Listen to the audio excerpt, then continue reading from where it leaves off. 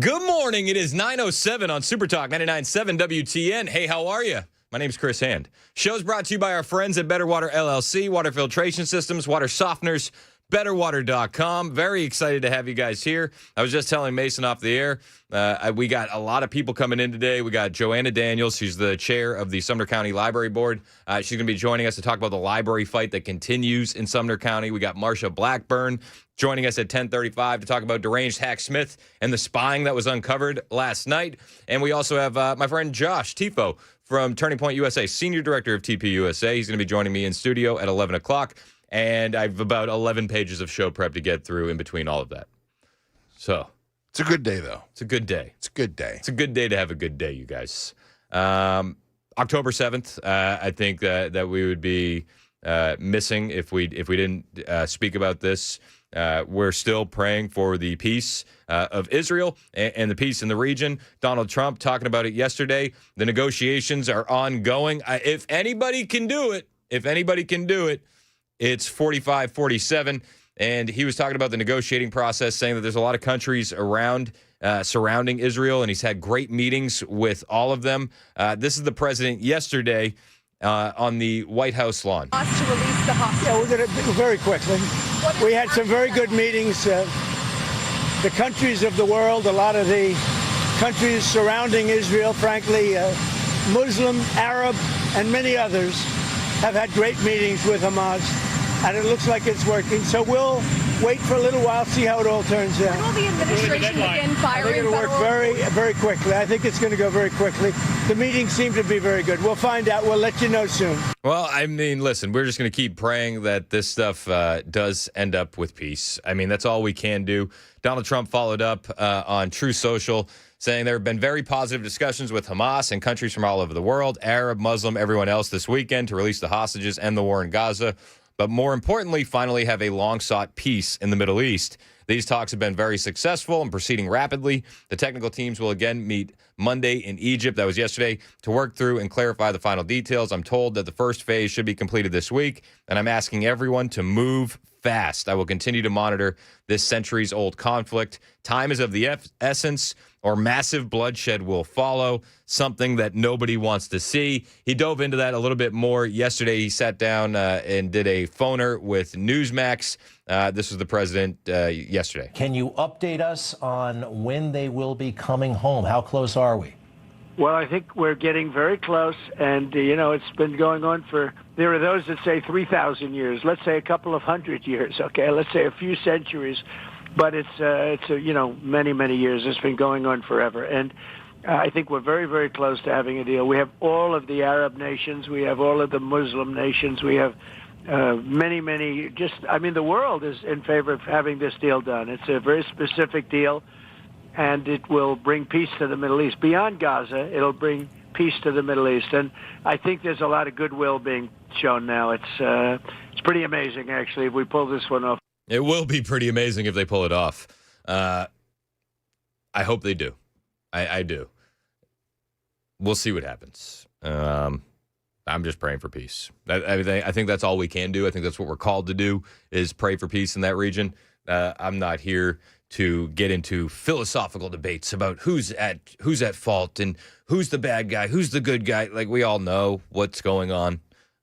Anybody that has an opinion on Israel and Palestine, unfortunately, it's hard to change that opinion.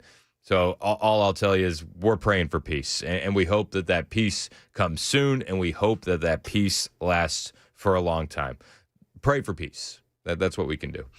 In the meantime, there's a lot happening in the United States of America. Is it time for Donald Trump to start defying judges? I feel like we're getting there. We got Illinois U.S. District Court Judge April Perry denying issuing an immediate restraining order, blocking the Trump administration from sending in National Guard troops to Chicago. Fox News was reporting this yesterday. You got a lot of judges saying, no, the president can't send National Guard troops into Portland. They can't send National Guard troops into Chicago. But you see what's going on in these cities, and you're like, why not? This was the Fox report yesterday. First, breaking tonight, President Trump and his team are calling what's happening in Chicago, Portland, and other cities around the country protesting his immigration enforcement policy insurrection. The president says he may invoke a law. It's called the Insurrection Act that would give him even broader powers. This is one federal judge declines to block the president's deployment of National Guard troops to Illinois, and another judge blocks the move in Portland. Senior White House correspondent Jackie Heinrich kicks us off tonight from the North Lawn. Hi, Jackie. Hey, Jillian.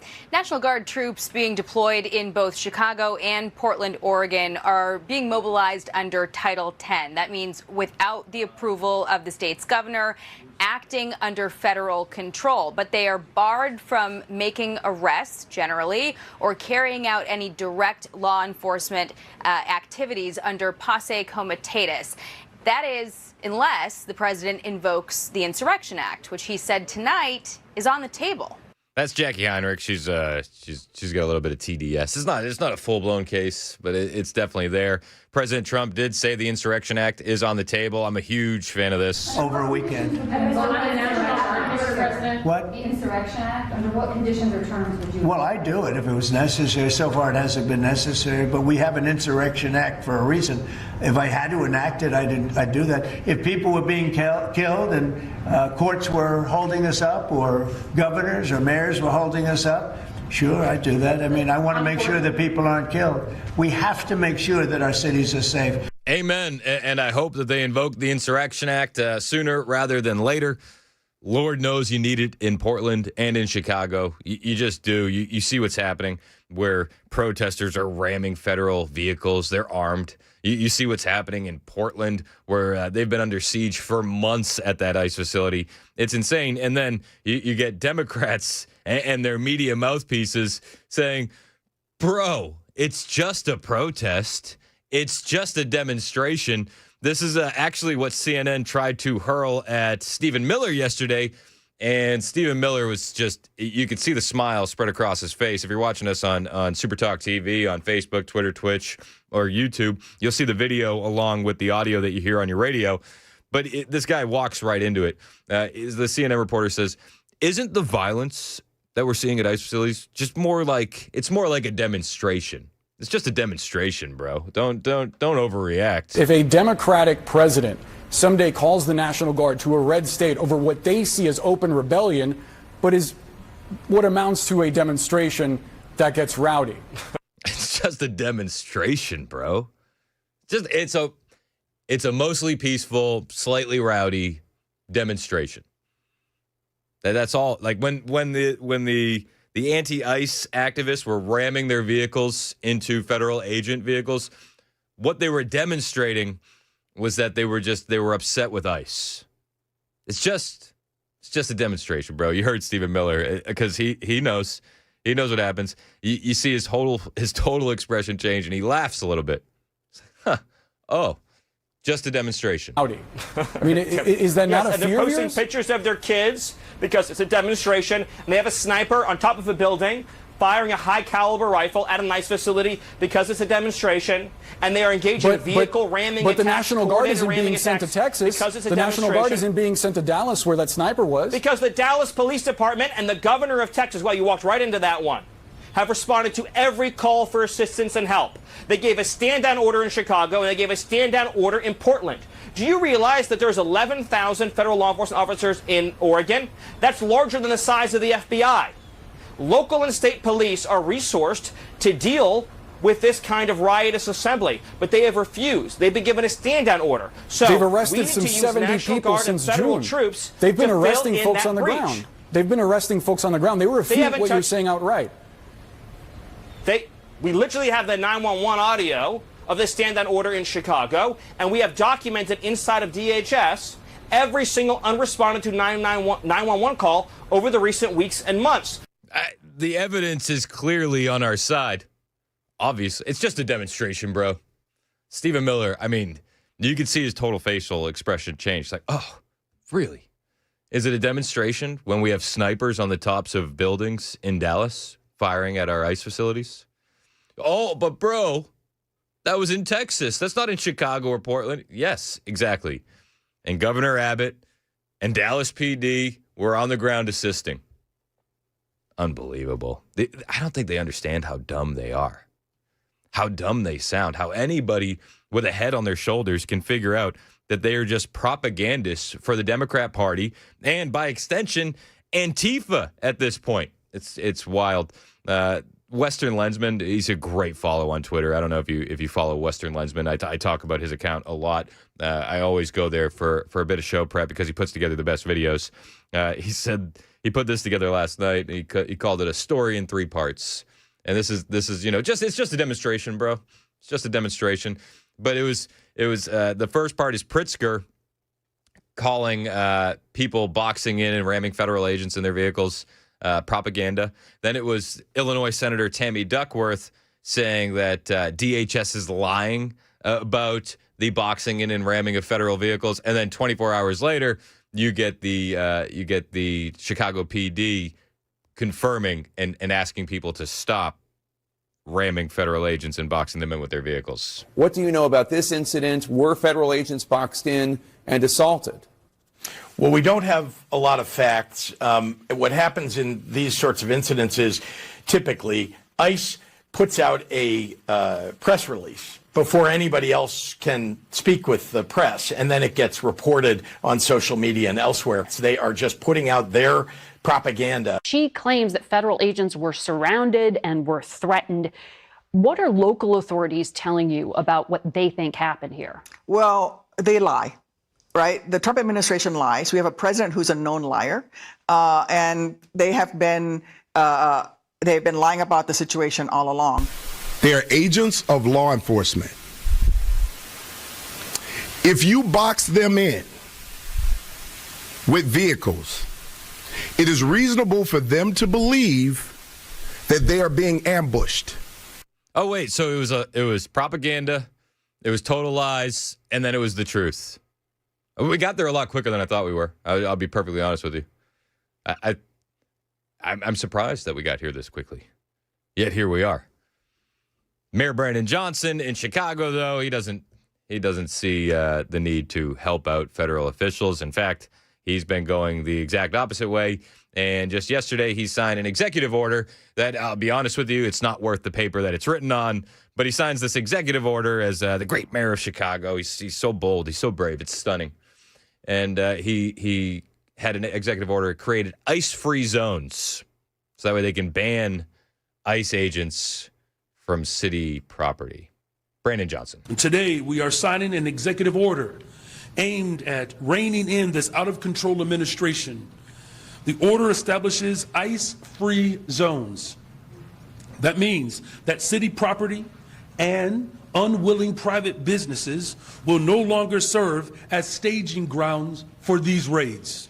And today... Oh, okay. So stunning, so brave. You know that they wouldn't have to use public property or businesses or raid anywhere if Chicago would let ICE agents into their police departments. Isn't that weird?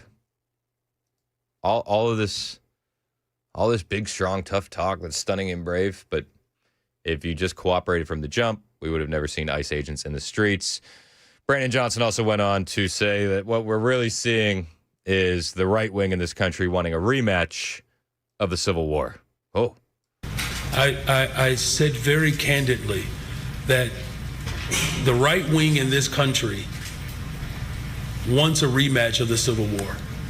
I want that to sit in right now because the President of the United States of America has declared war on the people of Chicago and people across America. A couple points. We want a rematch of the Civil War. First, we don't. That's not something we're calling for. And if people wanted that, we would have heard those calls in the aftermath of Charlie Kirk. We didn't. We prayed. Secondly, rematch of the Civil War. You mean the time that Republicans fought the Democrats to get all the slaves freed? Got it. And he said the president has declared war on the people of Chicago and across America. You sure about that? Because all I see is the president, DHS, ICE, going after illegal aliens. And they're getting some of the most dangerous people off the streets. The reporting is there to support that. Stephen Miller, though, responded to Mayor Brandon Johnson. He responded to this brand new executive order, ICE-free zones. It's ice-free. And he responded to the calls for the right wanting a civil war. I'll bring you what Stephen Miller said on the flip side of this. Don't forget, we got a lot to cover in the show. Joanna Daniels is going to be joining us. She's the chairman. I think he goes to chairman because she's not woke, of the Sumner County Library Board. And the library fight continues. We're going to talk to Joanna, see what's going on in Sumner County here at 9:35. Marsha Blackburn joining us at 10:35 to talk about the spying that deranged hack Smith did on her and other Republican senators. And we'll talk with Josh Tifo from Turning Point USA at 11 o'clock. Hang out with us. There's a lot to get to. It's Super Talk 99.7 WTN.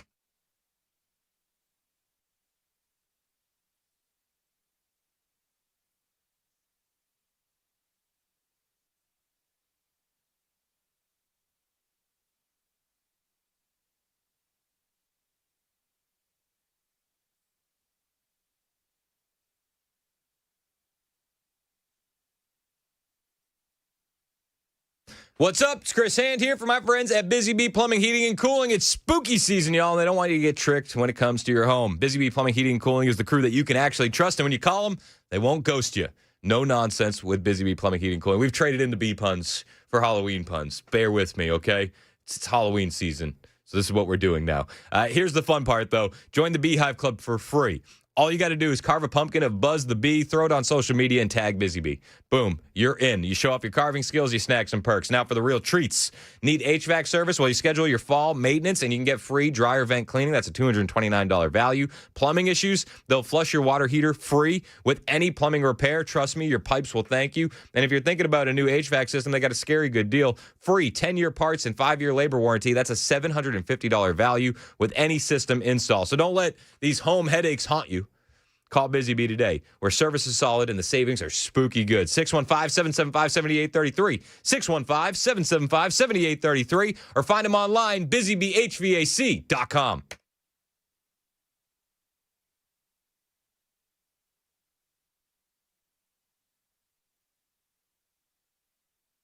I'm Pastor Alan Jackson, and I'm excited to invite you to join me for my brand new show on Super Talk 99.7 WTN. Every Sunday night from 7 to 8, I'll be talking about the week's news and headlines, but through a biblical lens. Together, we'll look at what's happening in our world and how God's Word can guide us through it. Join me, Pastor Alan Jackson, Sunday evenings at 7 on Super Talk 99.7 WTN. And you can listen on iHeartRadio and tune in.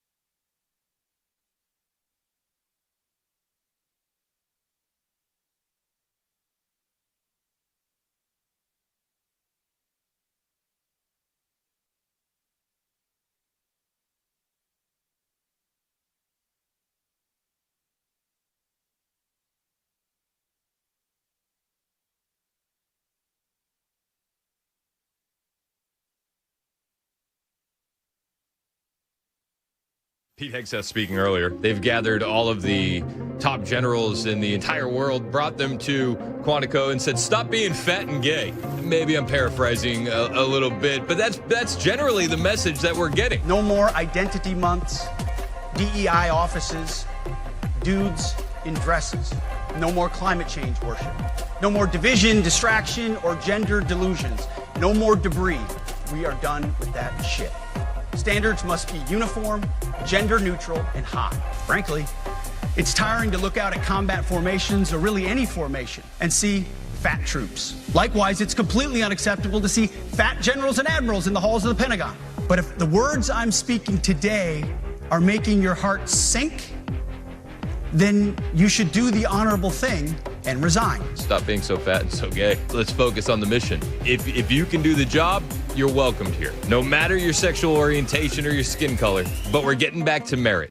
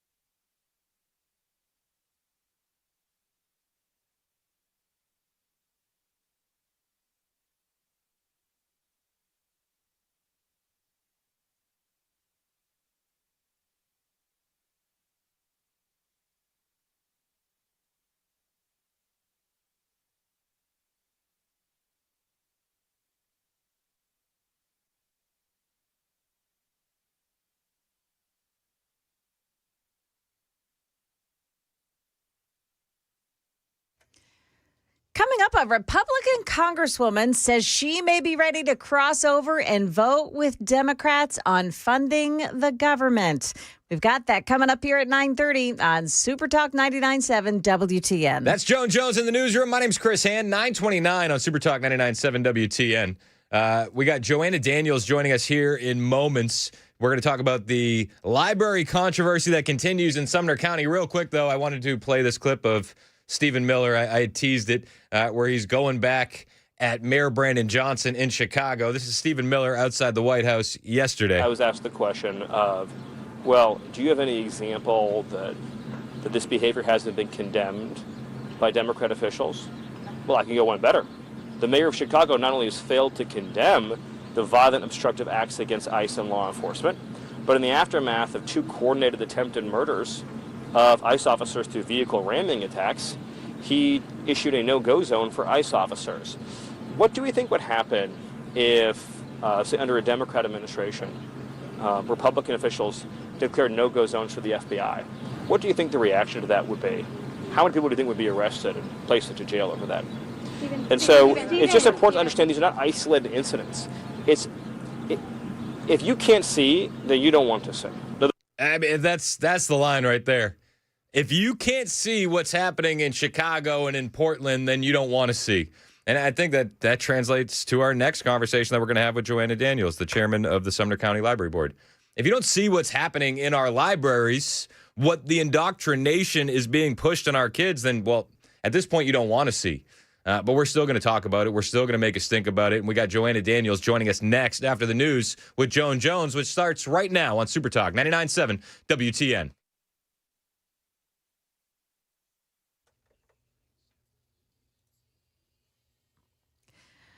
Good morning. I'm Joan Jones with your top stories and want to let drivers know that it is still closed on westbound 24 because of a jackknife tractor trailer. It sits right between Joby Jackson and Church Street, and it is closed there still, but it looks like they have moved that truck. Now, also in Franklin on Church Street between 5th Avenue South and 4th Avenue South, there is a crash that has closed that highway as well. Lots of problems on the road this morning, and it's likely caused by the rain. In the news, no movement expected today on reopening the federal government. There is no vote expected in the Senate. House Speaker Mike Johnson holding a press conference moments ago. He said Democrats' demands are not serious. What they're demanding to reopen the government and get it working for the American people again would result in nearly $200 billion being spent on health care services for illegal immigrants and other non-citizens. It's enough to fund the entire children's health insurance program. Now, this morning, Republican Congresswoman Marjorie Taylor Greene said that she would support the Democrats' demands. She said she's concerned about the tax credits expiring, which would cause the already high cost of Obamacare to soar. Well, this is the day that voters in the 7th Congressional District here in Tennessee can go to their polling place. It is special primary election day. If you need to know where your polling place is or how long it's open, just head over to govotn.gov. You can find out more there. An investigation launched into Maine after a woman says that her Amazon order arrived and it contained hundreds of unmarked absentee ballots. Those ballots sent out ahead of November's election were reported missing by the town of Ellsworth, Maine on the very same day. That woman said she found the ballots on her doorstep. That is the latest news. Weather is next. I'm Joan Jones, WTN News.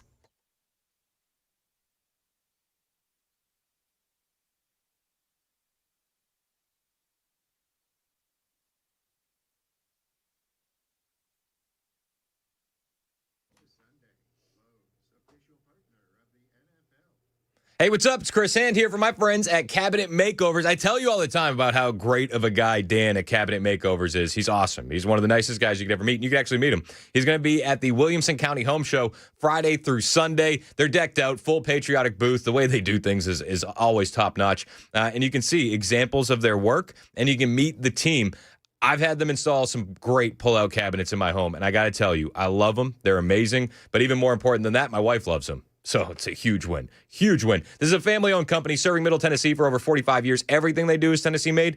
Every cabinet, every pull-out, every drawer, all wood construction. full extension, soft close glides. The craftsmanship is top notch. Their team has decades of experience doing this. And again, you can meet the team at the Williamson County Home Show all weekend long. You're going to want to say hi. They don't stop at kitchens. Cabinet Makeovers does custom closets, pantries, cabinetry for every room in your house. If you want to invest in your house, do it with Cabinet Makeovers. They're the best. Everything they do is with Tennessee pride and biblical values that guide their business. So do what I did. Give them a call today, 615-331-7010. That's 615-331-7010, or visit cabinetmakeoverstn.com.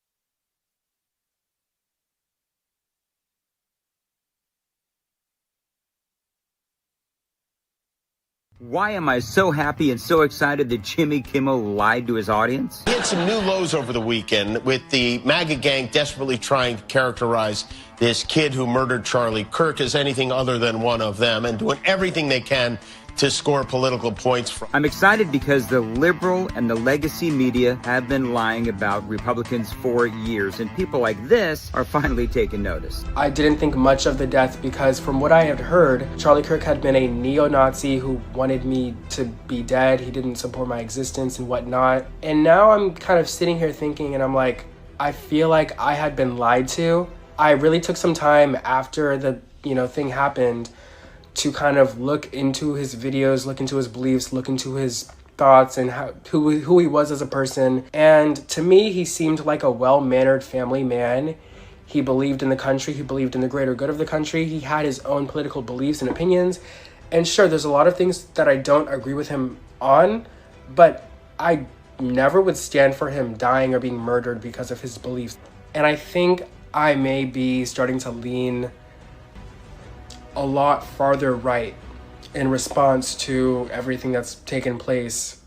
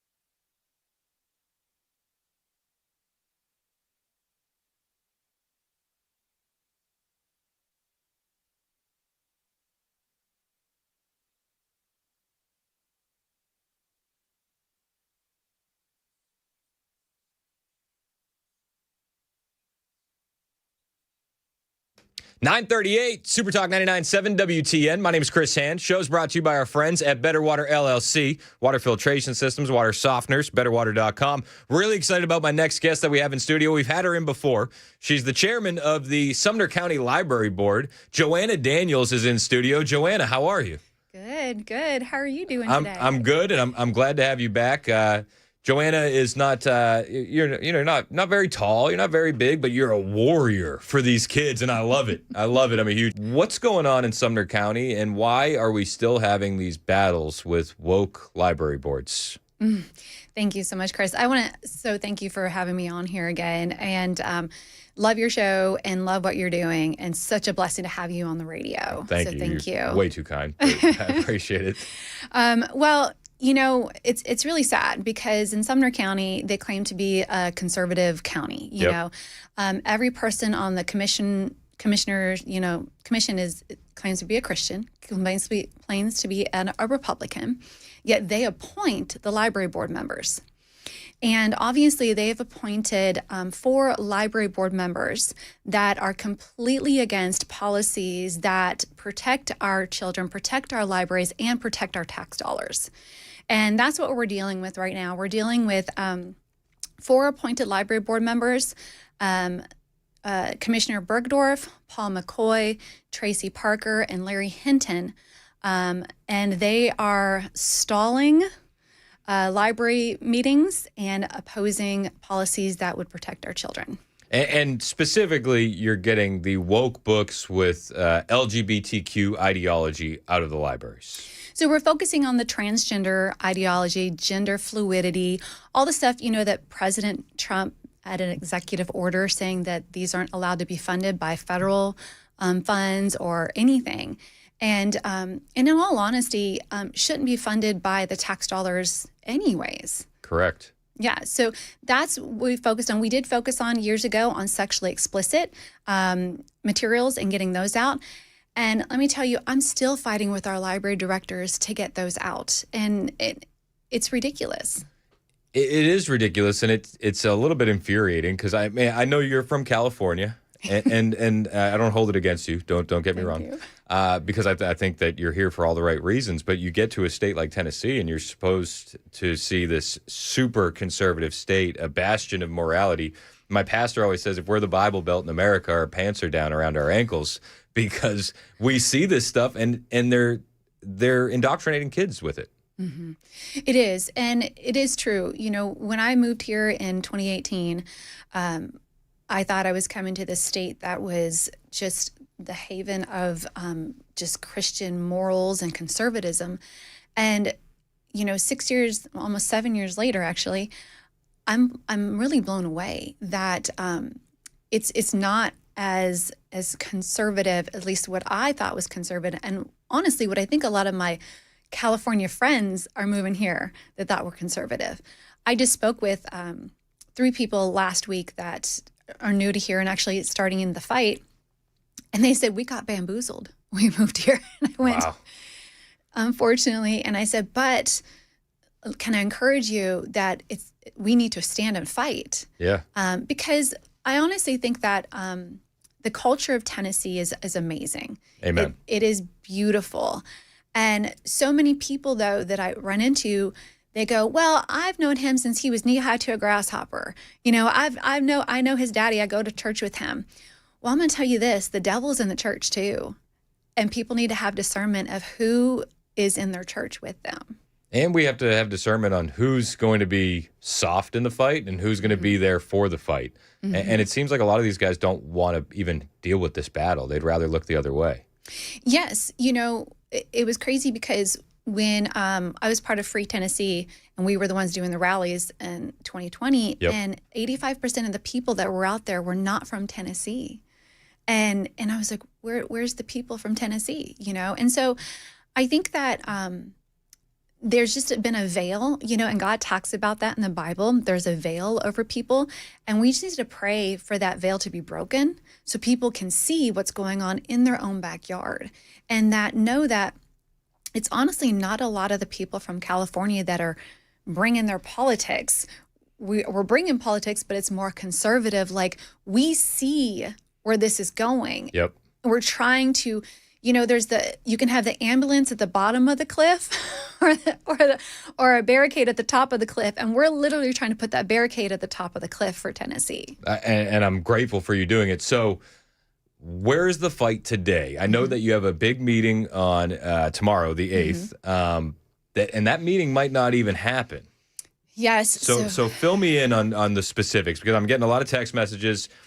People want to get in the fight. They want to help you. So tell me where we're at currently. Sure. So last night I just got an email from the 4th person, which is one of the 4 that are against the policy being passed, saying that they're not going to be here tomorrow.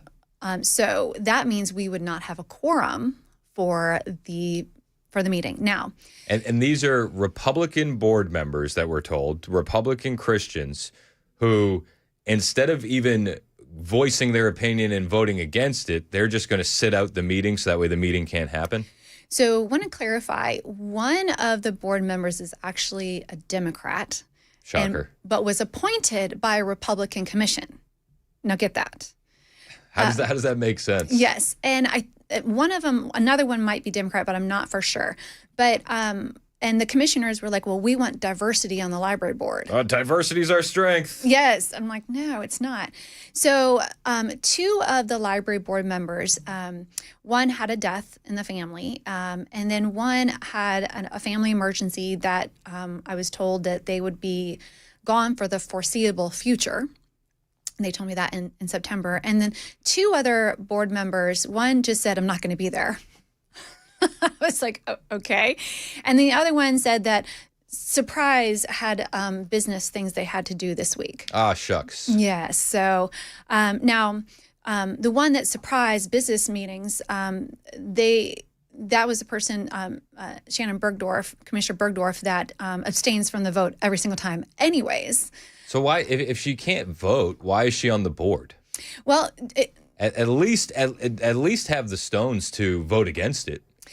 Exactly. But, she's up for re-election. Oh, there it is. Okay. Also, she's the one that she nominated from the floor Larry Hinton, Tracy Parker, and Paul McCoy. So she doesn't have to vote. She's got the other three that can do her dirty work for her. It's awful. Yes. So, and then Larry Hinton just wrote an email saying, I can't make it. Now, he's a gentleman that in our August 13th meeting, Commissioner Bergdorf brought forth a motion to bring something and put it on the agenda. And he said, well, it might be unethical, but it's not illegal to put it on there.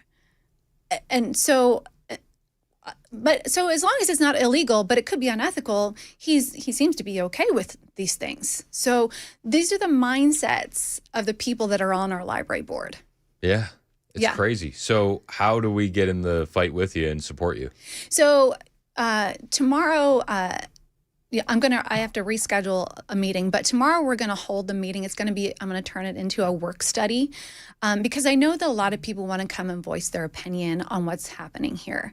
And I do know that a lot of people were looking forward to this meeting on October 8th. And I do believe that the people that opposed this policy knew that as well. I mean, they obviously knew that you had me on the show. Yep. And we were gearing up people for October 8th.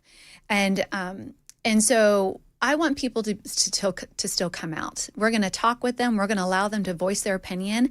And then once I get it rescheduled, it'll be announced, and then to show up again. What we need on our side is people with endurance. They need to, when you fall down, you got to get back up. Amen. And you have to make the sacrifice. When Jesus said, pick up my cross, it's a sacrifice. And I see the other side, they sacrifice a lot. And we need to start embracing the privilege of sacrificing for our country and sacrificing for our beliefs.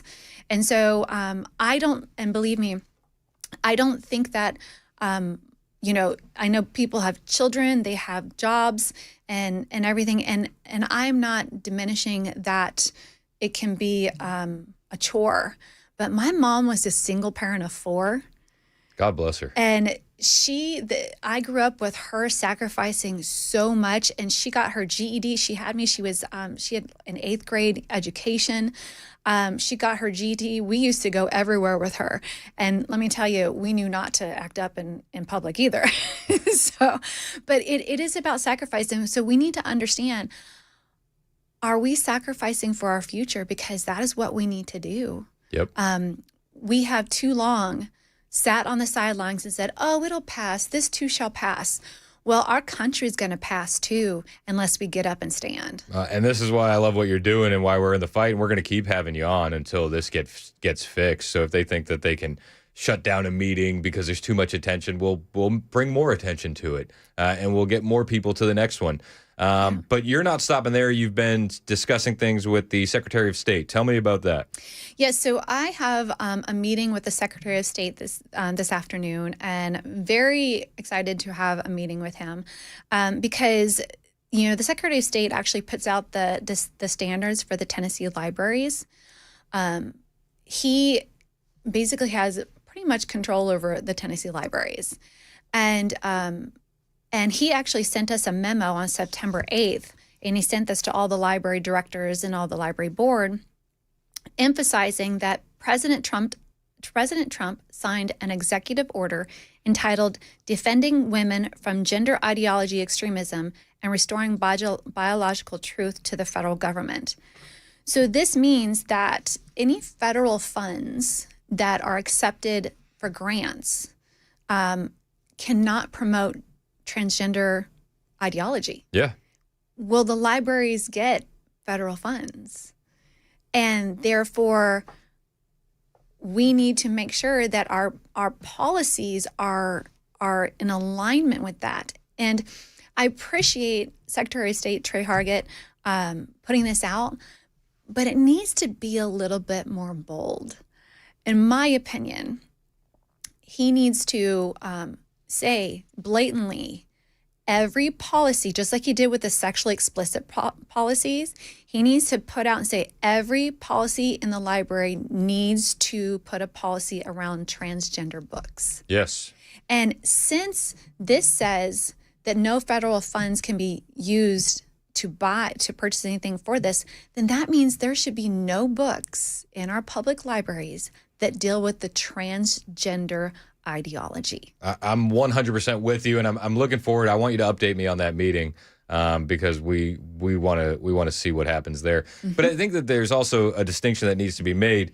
Nobody's talking about banning books. Mm-hmm. All of these books are still going to be available for purchase. Every parent that wants these books can find them on the internet. You can find them in all sorts of places. What we're saying is that when grandma takes the kids to the library and thinks that they're safe and lets them run around, that they're not picking up books that go against everything that is our values. Mm-hmm. And that's a huge distinction that we do need to make. A huge distinction. Everyone says, oh, this is a First Amendment or a freedom of speech or something like that. And it's not. Freedom of speech was so that you could not get prosecuted. You couldn't get, put in jail because of what you said against the government. If you're freedom of the press to print things that might go against what the government is doing. It doesn't mean that you can use our tax dollars to purchase something that goes against the foundation of our country. Yep. And also, there's limitations on speech everywhere. You can't yell bomb on a plane. You can't say fire in a theater. You can't defame a person. Right. You're not supposed to tell lies in the news. Wink, wink. Yeah, honestly. So you have to get permits to do protests on government property. I mean, there's court cases that say that you can't just say everything. Freedom of speech doesn't mean you can say whatever you want. And so this is curating a collection for a library. And we got the Fifth Circuit, court ruling on that. That was, I think it was in Texas. I'm going to say it was Texas or Louisiana. Pardon me. I had it in my brain earlier today. But anyways, and so this isn't a freedom of speech issue.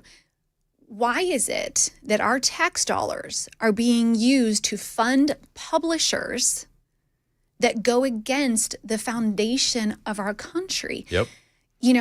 I think people should be just as upset about tax dollars going to this as they would be about tax dollars going to Planned Parenthood.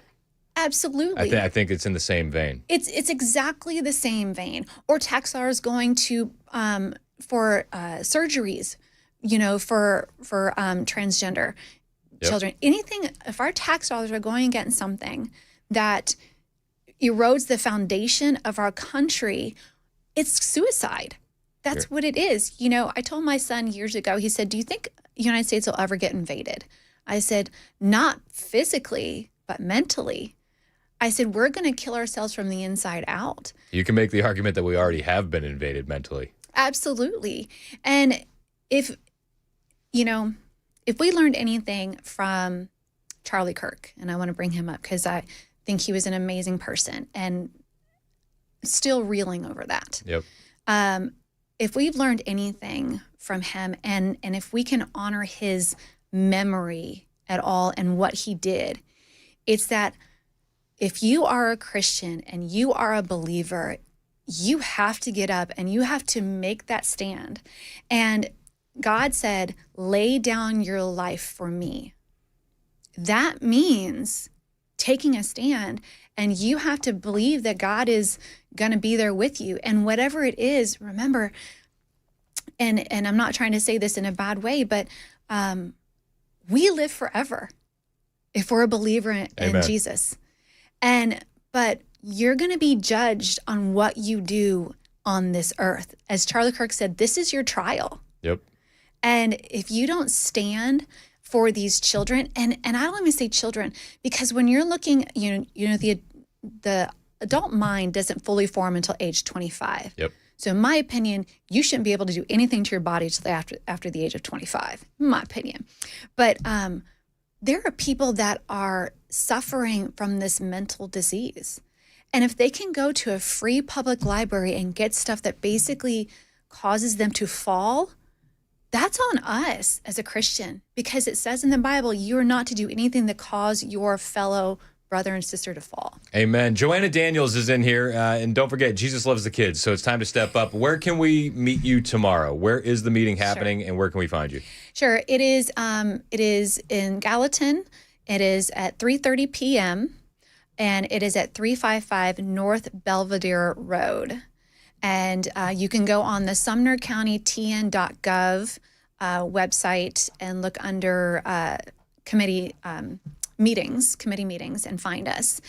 And show up, and then I will, I'll get it rescheduled, and then I'll get that date out as well. Yep, and we'll have you back on for sure, and we'll make as much noise and as much stink as we humanly can. Joanna Daniels, thank you so much for your time today. I really appreciate you. It's 9:56 on Super Talk 99.7 WTN. Real quick, I got to tell you about my friends at USS United Structural Systems. The rain is back. So is your waterproofing issue. I know you wished it was going to go away. It would fix itself. It never does. These kind of signs that you see in your house, cracks showing up in the drywall, doors that won't shut right, sagging floors, they're not small signs. They're red flags. They're warning signs. You need to get it addressed. A solid foundation is going to be the backbone of a strong home, and when it weakens, it's only going to get worse with time. This is why I stand behind the guys at USS. Since 1994, they've been keeping homes dry, stable, and secure the way they should be. USS uses American-made adjustable steel supports built to last and backed with a transferable warranty from I-beams to custom crawl space repairs. They'll fix it right the first time. So when it comes to your home and the waterproofing issues, stop kicking the can down the road. Call the people I trust, United Structural Systems. 615-488-7855. That's 615-488-7855. Or find them online, USSTN.com.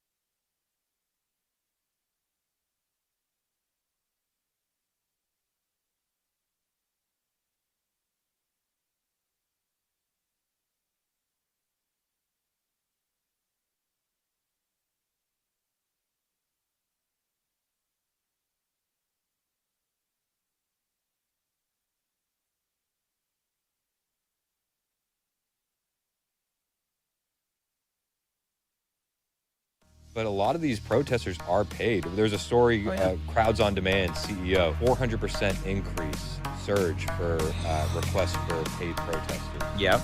Protester requests have increased 400% since President Trump announced the federal takeover of D.C.'s police department. No, none of this. I mean, we've seen this time and time again, where they've got all of these different protests, and it goes on. Where it feels like it's every couple of weeks they've got another protest going on. It is time to unite, not to fight each other the way they want us to do. And they keep offering, looking for people to protest. And I don't think there's this groundswell of anger that they're trying to convince the American people that there is.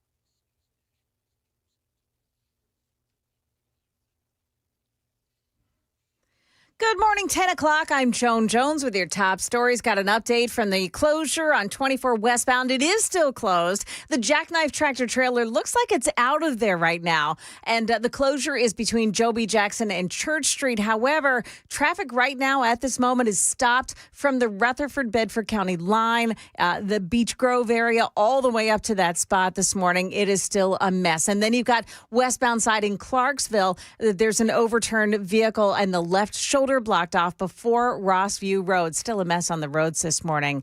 This marks the days, 3 years since the October 7th attacks in Israel, with nearly 1,200 people who died when Hamas militants attacked civilians in southern Israel. Hundreds of people were taken hostage, and ABC's Ian Pannell tells us this morning that talks between Israel and Hamas are ongoing, and they're still negotiating that peace deal proposal from the United States. President Trump optimistic about the chances of success. We're going to have a Gaza deal, I'm pretty sure, yeah.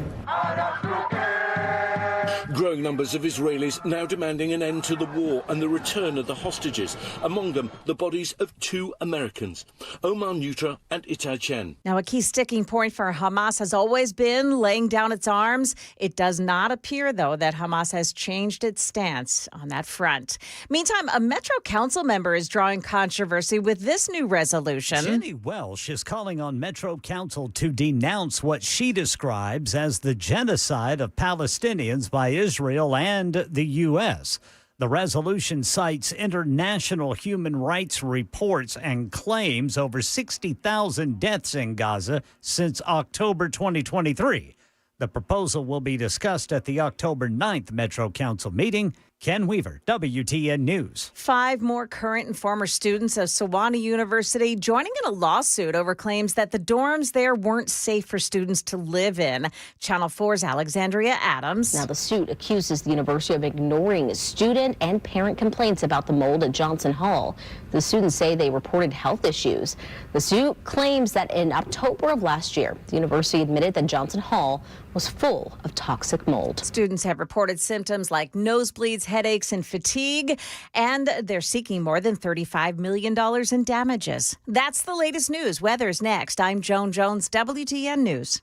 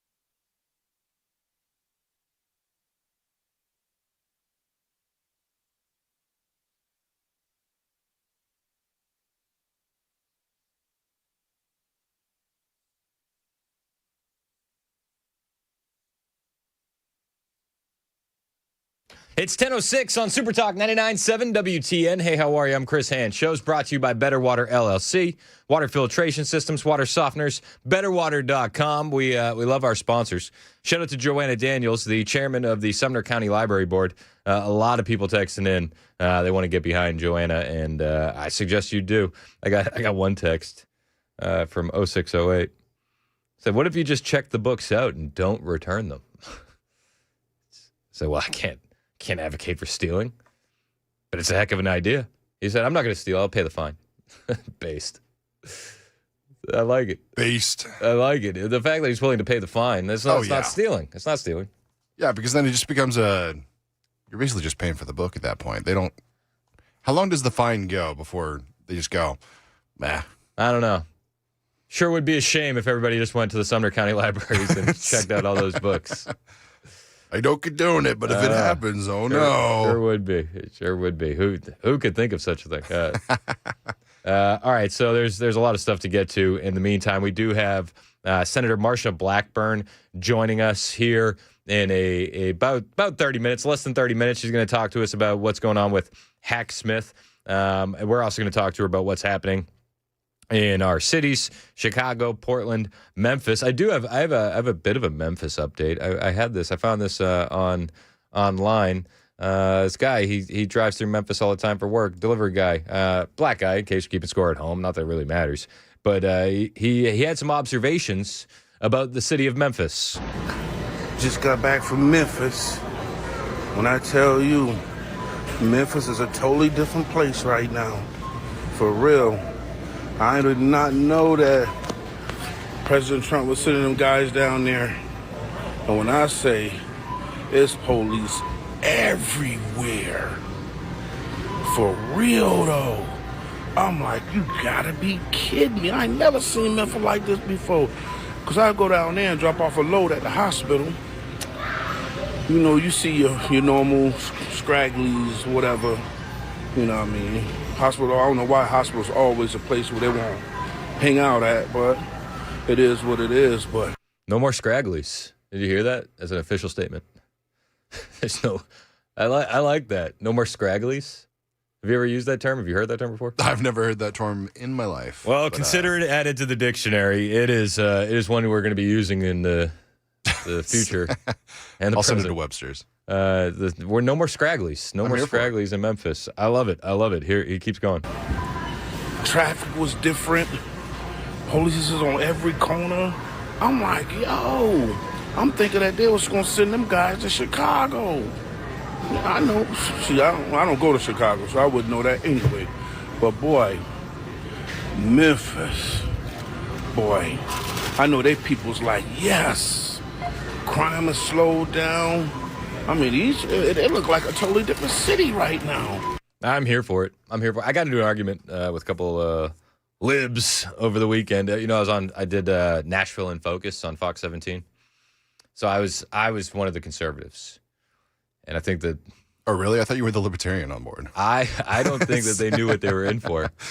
Because we were talking about Memphis. And I was like, they're like, why is the National Guard even there? And I was like, what are you talking? Are we doing this? This is your angle. Why are they there? Why are they there? I said, so they've been top 5 in murder for how long? They're like, well, crime's down. I'm like, okay. Is that a flex? The FBI's already been embedded for about 6 months. Maybe that has to do with your numbers. And then the other conservative on the panel said, well, when they stop counting and reporting crimes, numbers tend to go down. I'm like, based.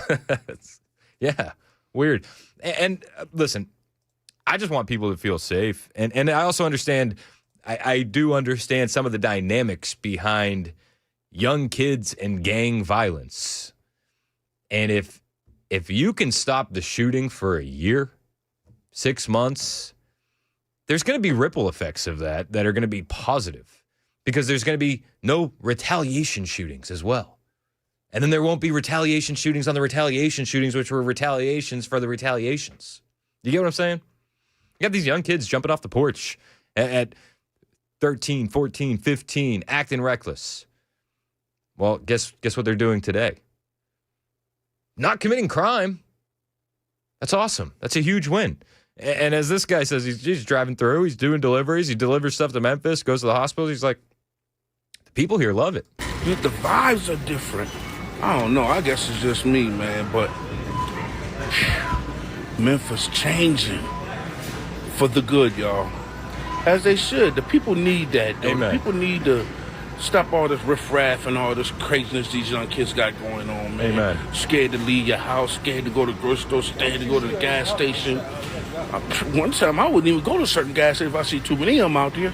For real, I keep it pushing. I wouldn't give a damn if I'm about to run out of gas. I'm going to keep it pushing. You ever done that? You ever kept it pushing? Oh, yeah. There's been a few times I've kept it pushing. Yeah. Yeah.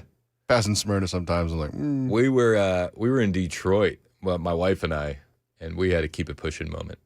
I got off the highway. I went, Virginia was pregnant, and I was like, I think we're gonna keep it pushing.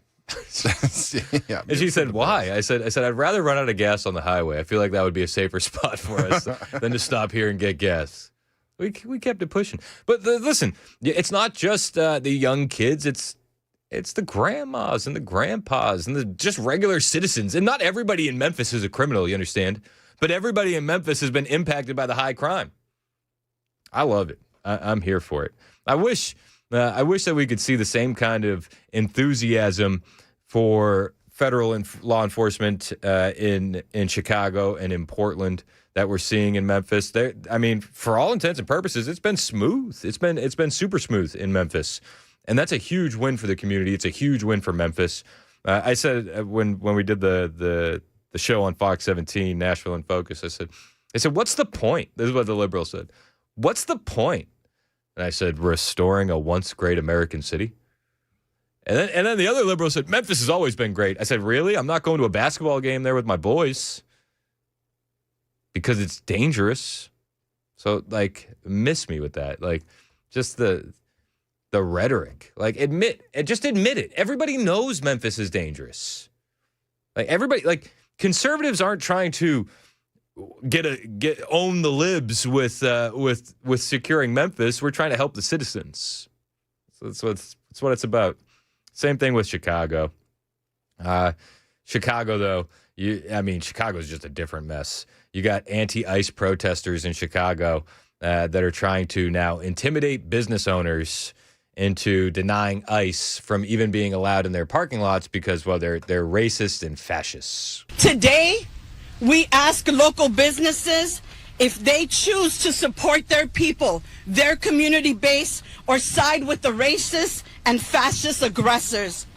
We demand that businesses like the Yards Plaza owned by Freeman Properties stop giving immigration authorities access to their parking lots. Stop enabling them to carry out even more terror in our neighborhoods. I wish the media would stop enabling activists like this from finding a podium and a microphone and giving them airtime. And I feel a little bit guilty that I'm doing it myself. But I think the citizens of Chicago are completely different. I think the citizens of Chicago understand exactly what time it is, and they want this enforcement the same way that citizens of Memphis do, because they understand exactly what's going on. President Trump was talking about this yesterday in the Oval Office, and he said, you got a lot of black women wearing MAGA hats all over Chicago because the citizens want this enforcement. So you have black women with MAGA hats on in Chicago, all over the place. They want the guard to come in, or they don't care who comes in. They just want to be safe. And they really don't care. You know, there was one woman, she was great today. She said, you know what? I don't care if it's the National Guard, the Army, the Marines, the Air Force. I don't care who comes in as long as we're safe. And that's the way most of the public feels. He's right. Again, who cares? Can we get the shooting to stop? Can we get the crime to stop? Can we get the illegal aliens out of here? Oh, but the guys, the illegal aliens, they're just looking for a better life. They're just doing the jobs that Americans don't want to do. Chicago's not that bad. 1,500 shooting victims in 2025 so far. 1,500 shooting victims in 2025 so far. Yes, you can understand why the black women are now saying this is MAGA country and wearing MAGA hats. Because who's getting shot? Oh, their sons, their brothers, their husbands. J.B. Pritzker, though, he's leaning on the propaganda heavy. He accused the right of propaganda. I played the clip earlier in the show with the DHS vehicles being rammed by anti-ICE agitators. And he said, "Oh, we can't believe them. We can't believe them. They just put out a press release and it's propaganda." 24 hours later, the chief of police is confirming that these vehicles were being rammed. J.B. Pritzker yesterday pushing his own propaganda on the citizens of Chicago. Let's listen to this. He's pushing the kids in zip ties narrative. That's what he's pushing. Imagine being a child awakened in the middle of the night by a Black Hawk helicopter landing on your roof. Oh, terrifying. Imagine being a child waking up in the middle of the night by a drive-by shooting and bullets tearing through your walls. You know what I mean? Like, we can all do this. Now, pay attention to his language, okay? So he opens with the child and the helicopter. Then he pivots to the zip tie theory, but he doesn't exactly say that the kids were being zip tied. You see, as much of a loser this guy is, he's very deliberate in his language because he doesn't want to be called out for lying, and this gives him that plausible deniability. Pay attention to his language here. Imagine an armed stranger entering your home and forcibly removing you from your bed, zip tying your hands, separating you from your family, and detaining you in a dark van for hours. So you see how he pivots? Imagine being a kid. Now imagine you're in your room. So he wants you to believe that that's still the kid. He wants you to think that the kids are being zip tied. They're not. They're not. The video that was going around a couple days ago was a total fabrication. It was a parody video of a father and son playing cops and robbers, and he handcuffed his toddler because it was funny, and people laughed. Heidi Campbell posts it because she thinks it's real because she's an idiot. When she gets called out for pushing propaganda, she pivoted. I don't know if you paid attention to this. I have, because it just irritates me to no end. So Heidi Campbell, she took the post down. She didn't issue an apology. She didn't reflect. She didn't look inward. What she did was she grabbed another picture, this time from San Antonio in May, where she's saying, "This is what MAGA voted for." And then you got what? Some teenager, I don't know how old he is, 17, 18, 19, in zip ties. And then there's a couple little kids around him, but the little kids aren't in zip ties. But she's still pushing that propaganda, just like J.B. Pritzker. Imagine a Democrat pushing propaganda. Imagine. And I love how he said, imagine waking up in your bed, being pulled out by a federal agent. My mind went to Elian Gonzalez. I was like, oh yeah, Democrats used to be on board with that kind of stuff. I don't know what happened, but Chicago's fine. Chicago's great. Don't believe the propagandists. Yeah, sure, 1,500 people have been shot so far in Chicago, but that's because Republican states let people buy guns, right? Okay, got it. Hey, fun fact, a high-ranking Latin King Chicago gang member was just arrested, charged with putting out a murder-for-hire plot on Border Commander Greg Bavino, who is involved in Operation Midway Blitz. Haven't heard any comments on this from J.B. Pritzker. Haven't heard any great jobs, high fives from Heidi Campbell on this. They got a high-ranking Latin King off the street who wanted to kill Border Commander Greg Bavino. Listen to this. So we have other breaking news that we're following this afternoon. A high-ranking member of a street gang is charged with putting a hit out on a senior law enforcement official involved with Operation Midway Blitz. Listen, I'm sure, I guarantee you that the hit was going to be mostly peaceful, just a demonstration. It wasn't going to be an actual hit, right? Yeah, got it. Police arrested 37-year-old Juan Espinoza Martinez this morning. And according to the U.S. Attorney's Office here in Chicago, Martinez sent a Snapchat message stating, quote, $2K on information when you get him and $10K if you take him down. The Tribune reports the alleged target was Border Patrol Chief Gregory Bovino. A court date has not been set. Again, don't read into it. I don't want you to fall for the propaganda. I'm sure it was a mostly peaceful murder for hire plot. That's how Democrats do things. Border Patrol Chief Border Patrol Agent in Chicago, Greg Bavino, he's not deterred. And you would think that they would actually be upset that they're trying to get this guy killed in Chicago, the Democrats would, because you know what he's doing in Chicago?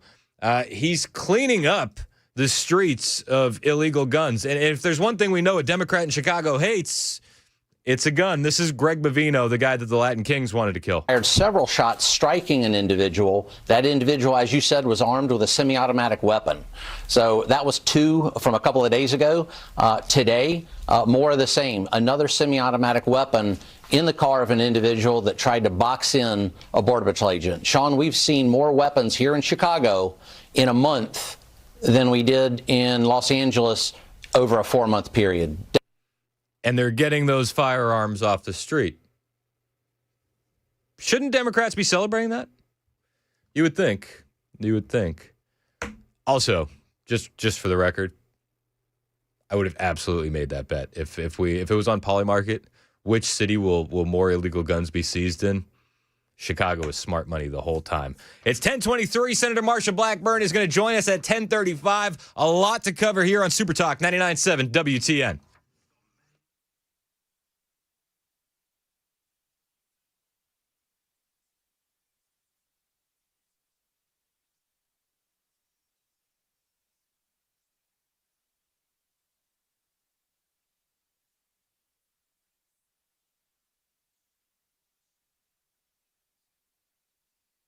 Hey, what's up? It's Chris Hand here from my friend Brink Fiddler over at Defense Systems. And I got to tell you, those guys are incredible. The training that they do is incredible. Real life skills that could literally save someone's life. And I don't want to use these skills. I'll be perfectly honest with you. I hope I never have to use these skills.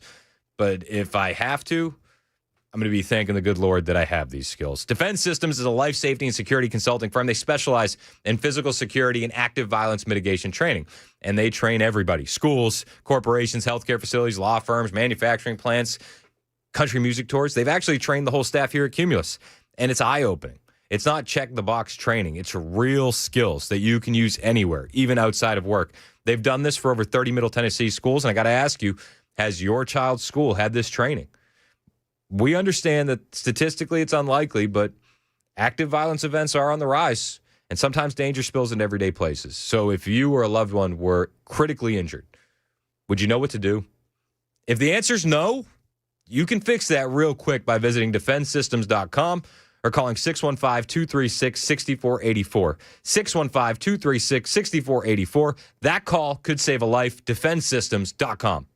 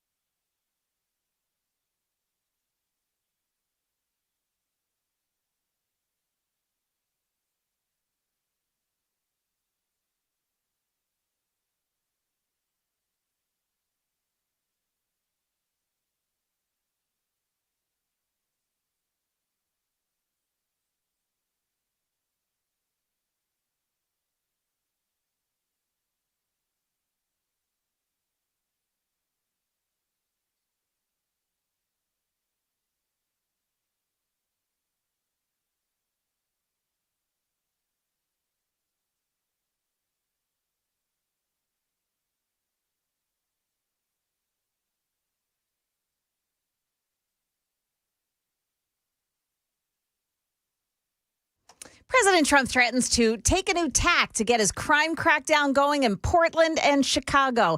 And we'll tell you what's behind a recall effort of a Nashville council member. It's all coming up here at 10:30 on Super Talk 99.7 WTN. Sorry, I was responding to a super texter. There's a lot of super texting going on.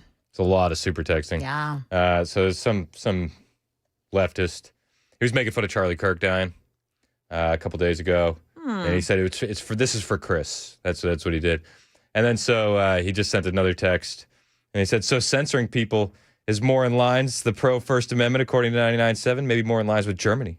Don't be afraid to respond. And I said, who censored you? We just don't respond to idiots often. I added often at the end because I caught myself. I'm like, I'm responding. Right. Yeah. So I had to add often.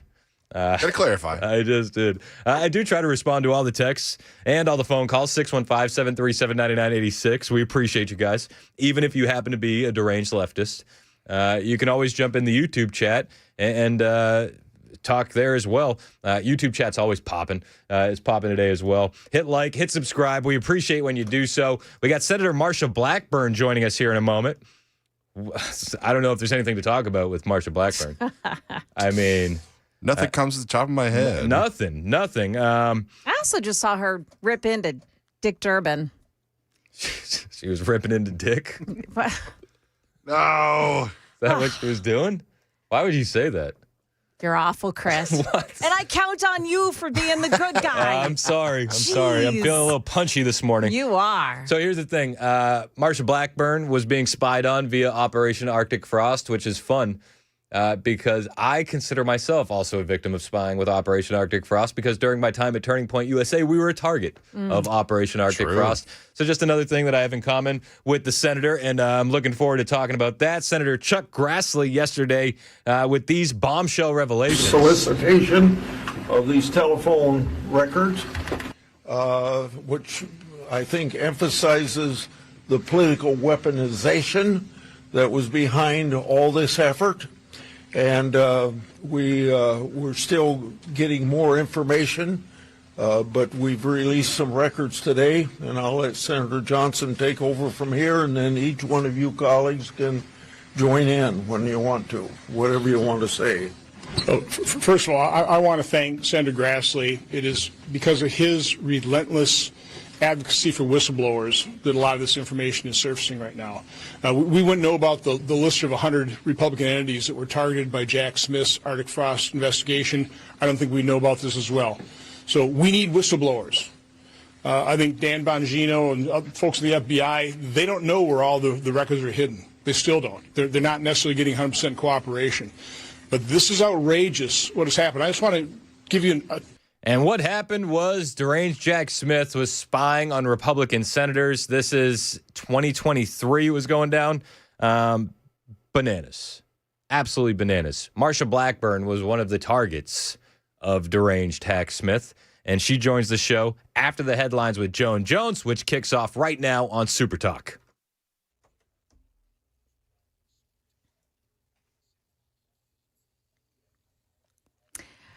Good morning. I'm Joan Jones with your top stories. Well, I'm checking out the roadway on 24 westbound right now. They have the truck out of there, but they still have the roadway shut down. 24 west between Joe B. Jackson and Church Street. And the traffic is apparently still stopped from the Rutherford County, Bedford County line up to that spot this morning. And it may be there for a while they clean up the diesel fuel spill. In the news, in the showdown over President Trump sending National Guard troops into American cities, the confrontation is playing out in the courts. We had one federal judge block the deployment to Portland, Oregon yesterday. Another allowed troops to be sent to Chicago. Now, all of this as Trump says he may invoke a law granting him emergency powers. President Trump threatening to use the Insurrection Act, which allows the president to send the military into states to quell public unrest or support law enforcement. Generally, the use of federal troops on U.S. soil is prohibited, but the president can invoke the 218-year-old law if requested by governors or if he determines that there is an insurrection. It has not been invoked since the L.A. riots in 1992 when it was requested by the governor. That's ABC's Rachel Scott. A recall petition filed now against Metro Council member Rollin Horton. The petition was submitted last last week by people who are not happy following his push to rezone parts of the nation's neighborhood for high-density housing. Now, Horton defends the plan, saying it promotes walkability, affordability, and tree preservation, and claims it was shaped by 2 years of community input. But opponents argue the process lacked transparency and proper outreach. Petitioners now have 30 days to gather enough signatures to trigger a special election. Ken Weaver, WTN News. Here, put this on your calendar. James Comey is being arraigned in federal court in Alexandria, Virginia tomorrow, facing 1 count of making false statements and 1 count of obstruction of justice stemming from congressional testimony in 2020. That arraignment is scheduled for 10 a.m. Eastern Time tomorrow. That is the latest news. Weather's next. I'm Joan Jones, WTN News.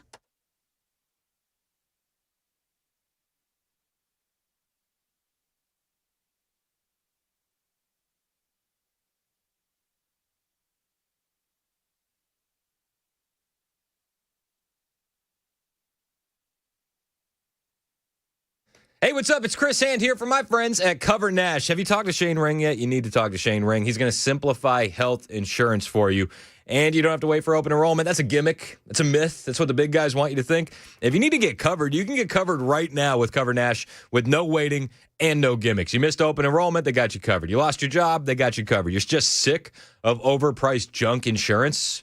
Well, you're in the right place. Cover Dash partners with over 75 top-rated insurance companies, including brand new nationwide PPO options with deductibles as low as $250, flat $50 doctor visits, even for specialists, ACA-compliant plans with free preventative care like physicals and colonoscopies. Not that you're excited about that. Plans for individuals, families, self-employed folks, even small businesses. It's time to stop overpaying. It's time to stop waiting. It's time to stop thinking you're stuck, because you're not. Go to covernash.com or pick up the phone and call Shane Ring today. 615-465-0023. That's 615-465-0023. It's time for you to get health insurance on your terms, not the government's. Covernash.com.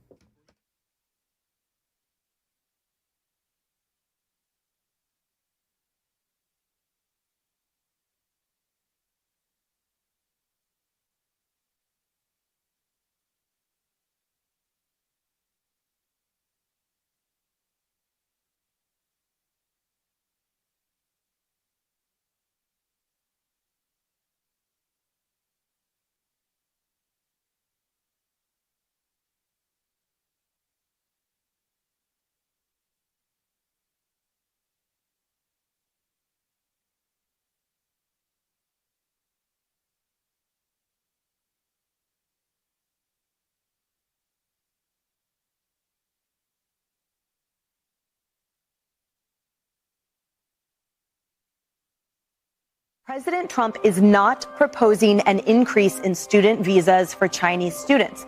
The 600K references 2 years' worth of visas, which is simply a continuation of existing policy. I don't want 300,000 people a year from China in our country. No. I just don't.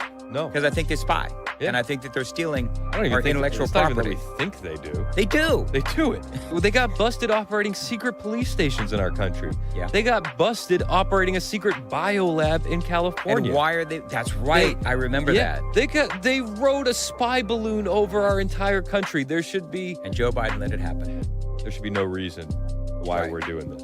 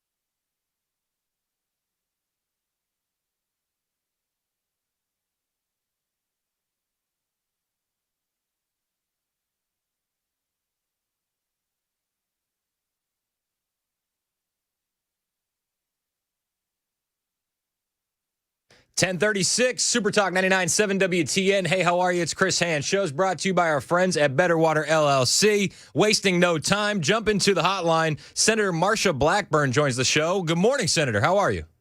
I am doing well. Thank you so much. Well, I learned last night that you and I have something in common. When I worked for Turning Point USA, we were the subject of investigation by Operation Arctic Frost, and now I'm learning that you, too, were also the target of that investigation. Tell me what we're learning and what could be done about this. Yes, indeed. And we are right now in a hearing this morning with Attorney General Bondi at our committee. And as you can imagine, Arctic frost and the surveillance and the tapping of the phones of the 8 senators is something that it's really top of mind, on top of the question queue. Now, yesterday we found out that the Biden FBI had surveilled the 8 of us. The FBI found this information over the weekend, and before they made it public, they called to inform us what has happened. But this all happened under Joe Biden and Christopher Wray's leadership, and it was a part of Jack Smith's Arctic Frost investigation.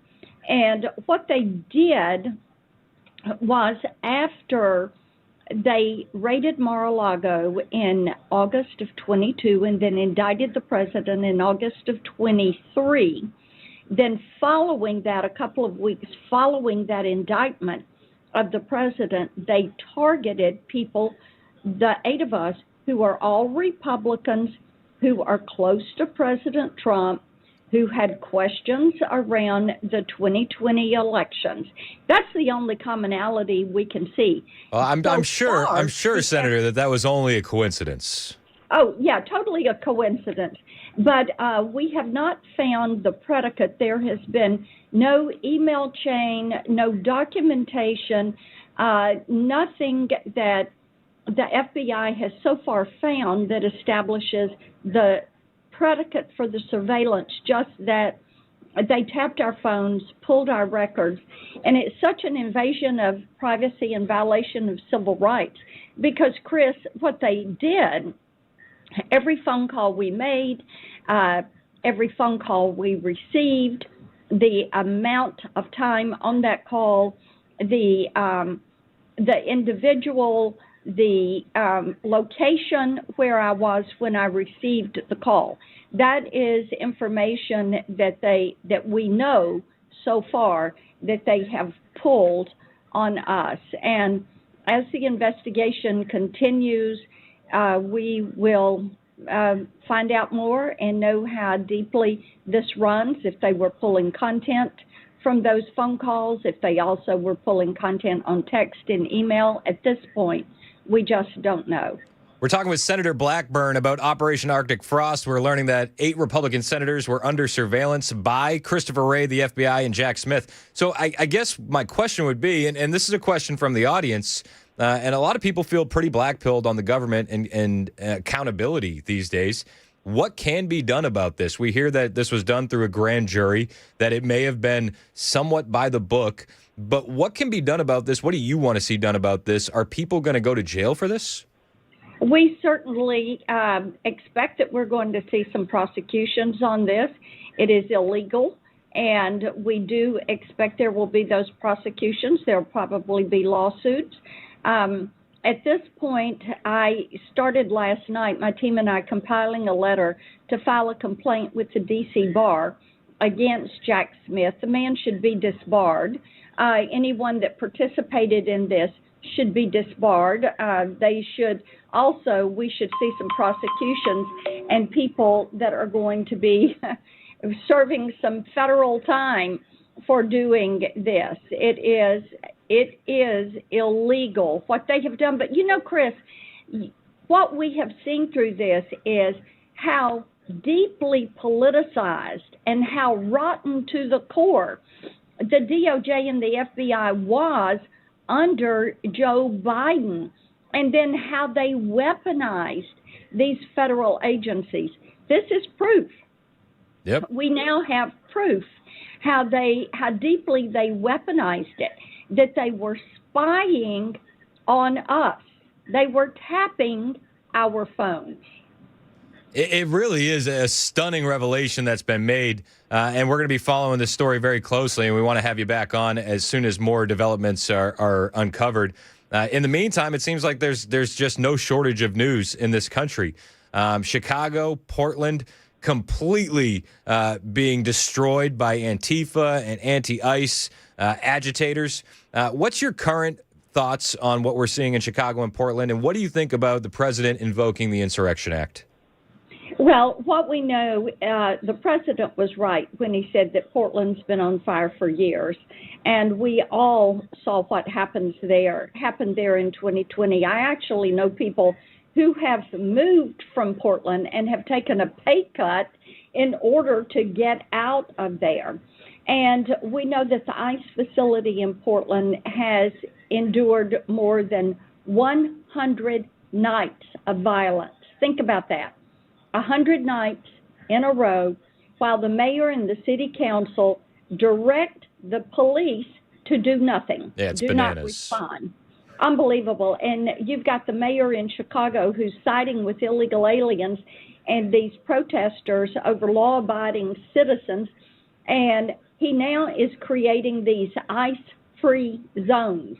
And it is amazing that the left is going so far to stir up chaos and violence, and they're fighting ICE and federal law enforcement who's trying to keep the community safe and restore some order and calm.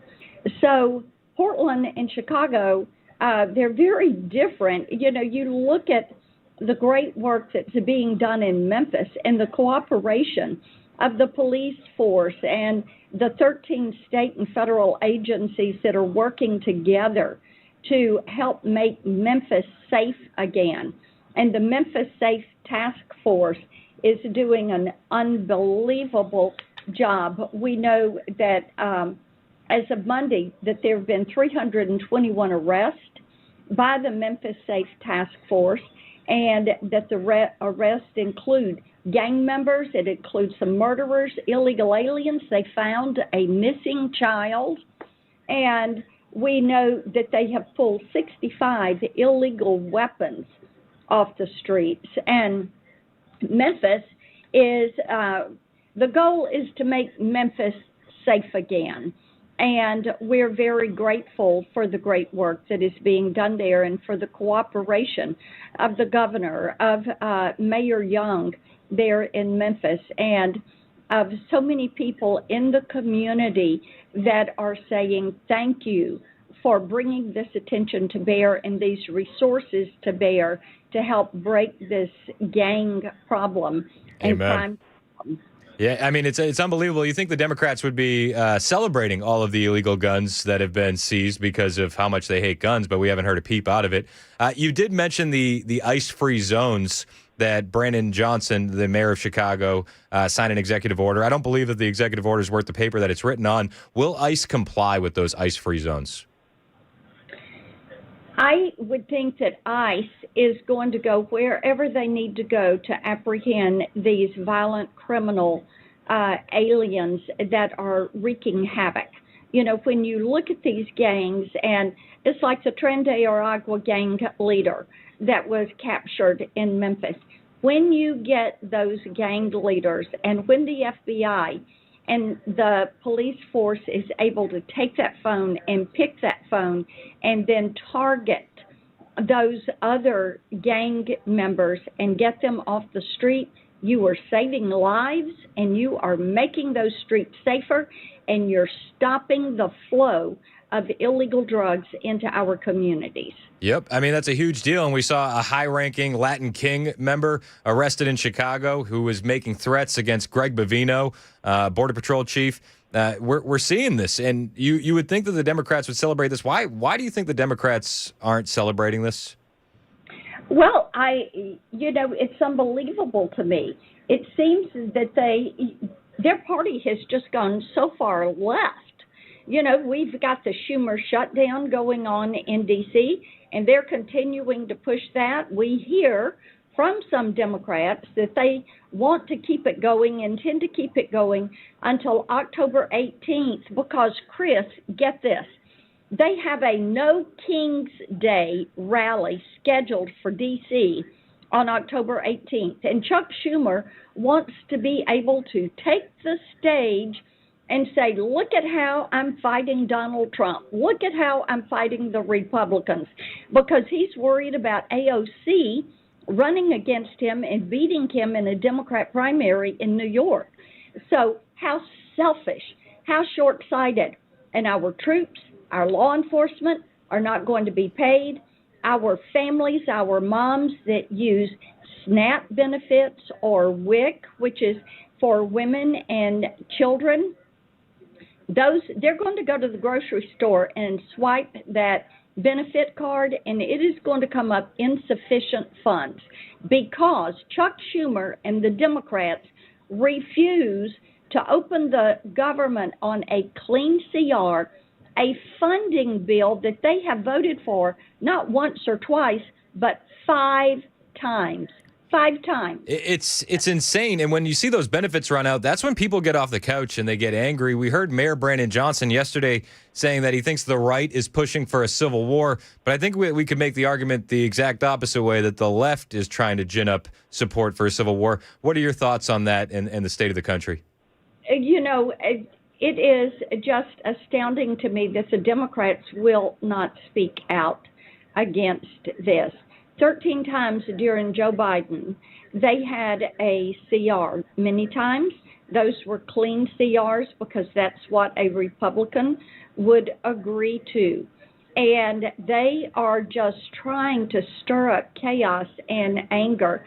And we found out that Chuck Schumer's had for 2 or 3 months a war room looking at how they would manage a shutdown. And the whole thing is backfired on them. I was talking to Russ Vogt yesterday, who is the director of the Office in Management and Budget, and I told him, I said, look, I know you all are going to start sending us more rescissions. I know that there are going to be job eliminations, and if this is what the Democrats want with the government shutdown and they want it to be done that way, then I guess that's the posture that we find ourselves in. Yep. Well, it sounds like a case of F around and find out. We're talking with Senator Marsha Blackburn. Give me an update on the gubernatorial race here in Tennessee. How are you feeling about things on the ground? You know, Chris, we are so encouraged. People have been absolutely fantastic. And so many of the state legislators, as I'm talking with them, people are excited. Our county mayors, our county commissions, they're excited that President Trump is truly draining the swamp and sending power and authority back to the states. And as I told the president, he is going to make the states great again. Yeah, well, and, we're here for it. Yeah, and it's a thing that, as you know, we've talked so much as conservatives about returning power and authority to the states and having the people really step up and take control.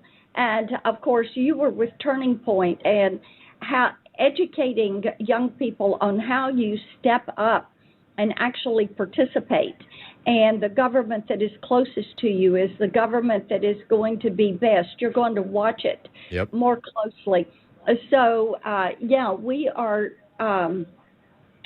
are excited about the opportunities that are there. Yeah, well, we're excited too. You know, one of the big questions from the audience, and you mentioned Turning Point, we're huge fans of debate. A lot of individuals want to know if you're going to debate John Rose. I've seen you on debate stages. I think you're actually quite a beast at the debate game. Will you debate John Rose and Monty Fritz? Oh, we're going to have plenty of time to discuss what the campaigns are about, and we're just getting ourselves rolling, but we're going to have plenty of time to talk about it. Right now, we are listening and hearing what Tennesseans want to talk about, and that is very encouraging. Well, we're looking forward to the future, and thank you for the time today, Senator. I really do appreciate it, and we'll be looking forward to updates on Arctic frost and the spying that took place. Again, thank you for the time. You got it. Take care. It's 10:52. This is Super Talk 99.7 WTN.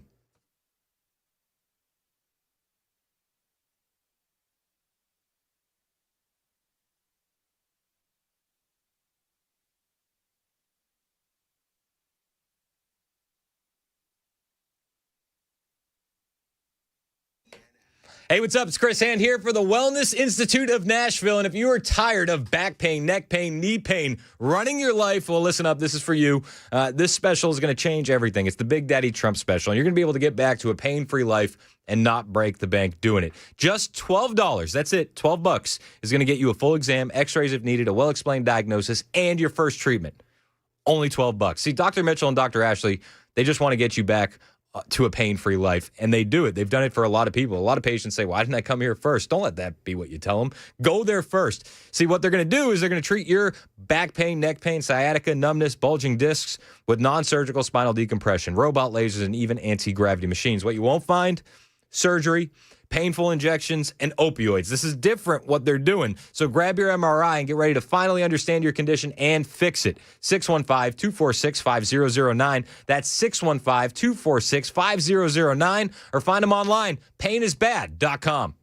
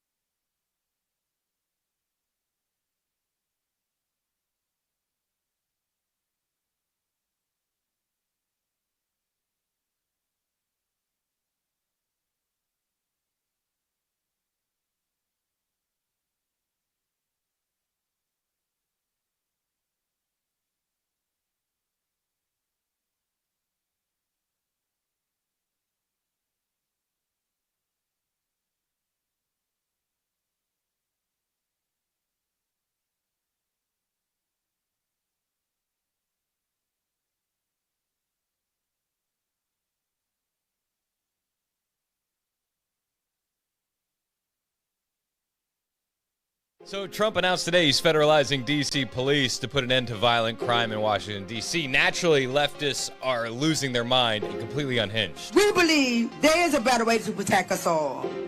One that respects rights, to build trust, and keep our communities truly safe, and that is fascism-free. Free of what? That is fascism-free. Fascism-free? Fascism-free. Oh, okay, hang on one second. Hey, Brooks, come here. F-A-S-C-I-S-M. Fascism? Correct, fascism. I didn't mean to turn this into an ad for homeschooling versus public schooling, yet here we are. Maybe she should have proofread that.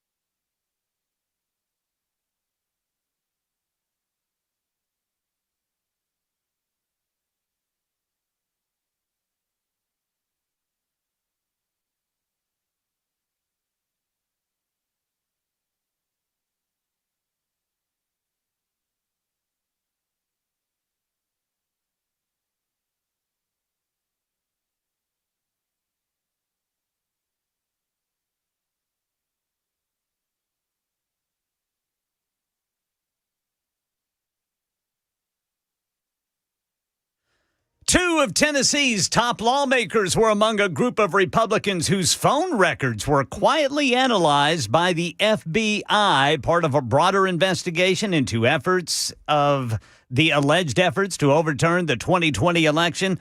We'll tell you about it coming up at 11 on Super Talk 99.7 WTN. That's Ken Weaver in the newsroom. It's 10:57, Super Talk 99.7 WTN. Hey, how are you? It's Chris Hand. Show's brought to you by Better Water LLC. Water filtration systems, water softeners, betterwater.com. Joined in studio by my friend Josh Tifo. He is here. He's the Senior Director for Turning Point USA. What's up, Josh? How are you, man? It's good to be back. I can't believe you invited me after last week. I went totally off the rails. You know what? Management gave me a stern talking to, but I said he'll be on his best behavior this time. What's going on, man? What are you paying attention to in the news? Well, there's a lot going on, but the one thing that sticks out to me is how the left is just losing their mind over Trump's compact for education. And I love it because it makes me think of one important thing that happened in Turning Point's story back in the middle of the first Trump administration. We were having the worst time starting chapters on college campuses just on the administrative end. We'd have all these students who would be very interested, and then the student life office would come in and say, you guys are racist or sexist, or this is a political group or whatever it may be, and they would shut it down. So we'd have this mass of hundreds of conservative students that didn't have registered status. And Trump came in, as Trump does, and he signed an executive order threatening to withhold federal funds if there was any school that stifled the free speech of students on campus. So magically, the next week, that student who was getting blacklisted by the university gets an email, and it's from the president. And the president's like, hey, I'd love for you to, come into my office next Tuesday. And all these bad university presidents, they were terrified of losing federal funding. So I look at that, and I look at how Trump is now taking it to the next level, and he's not only threatening to punish schools who are egregiously violating the rights of their students. They're now creating some sort of incentive structure where if you get rid of the woke stuff and you actually bring education back to what it should be, which is an open marketplace of ideas, research, the advancement of human flourishing, then you might actually get more federal funding. So, of course, the left is freaking out, but I love it. Yeah, anytime the left is freaking out is usually a good sign for us. And they're actually going the exact opposite way, which we'll talk about after the headlines with Ken Weaver. But Mom Donnie says he's going to be scrapping the gifted and talented classes in New York. For kindergartners, and we'll see what else he does. I love this story because it is so emblematic of what socialism really is.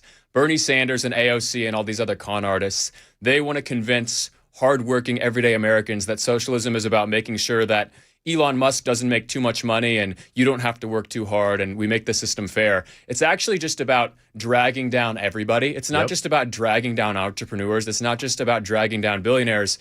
It's about dragging down gifted kindergartners. Well, you know what? I live in this country, and I want the gifted kindergartners of New York and this country to have accelerated reading and accelerated math because I want them to be rocket scientists someday. I want them to operate on me when I'm 79 years old. Amen. And it's just it's hilarious to me because these people try to repackage socialism over and over and over again.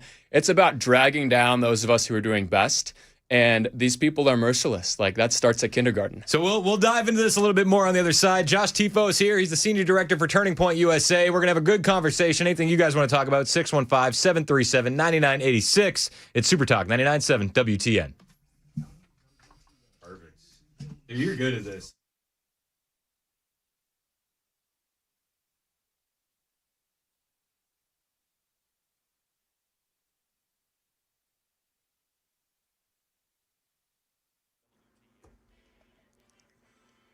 Eleven o'clock on the dot. I'm Ken Weaver with your top stories. And looking here at Murfreesboro, looks like 24 westbound is still closed due to that jackknifed semi.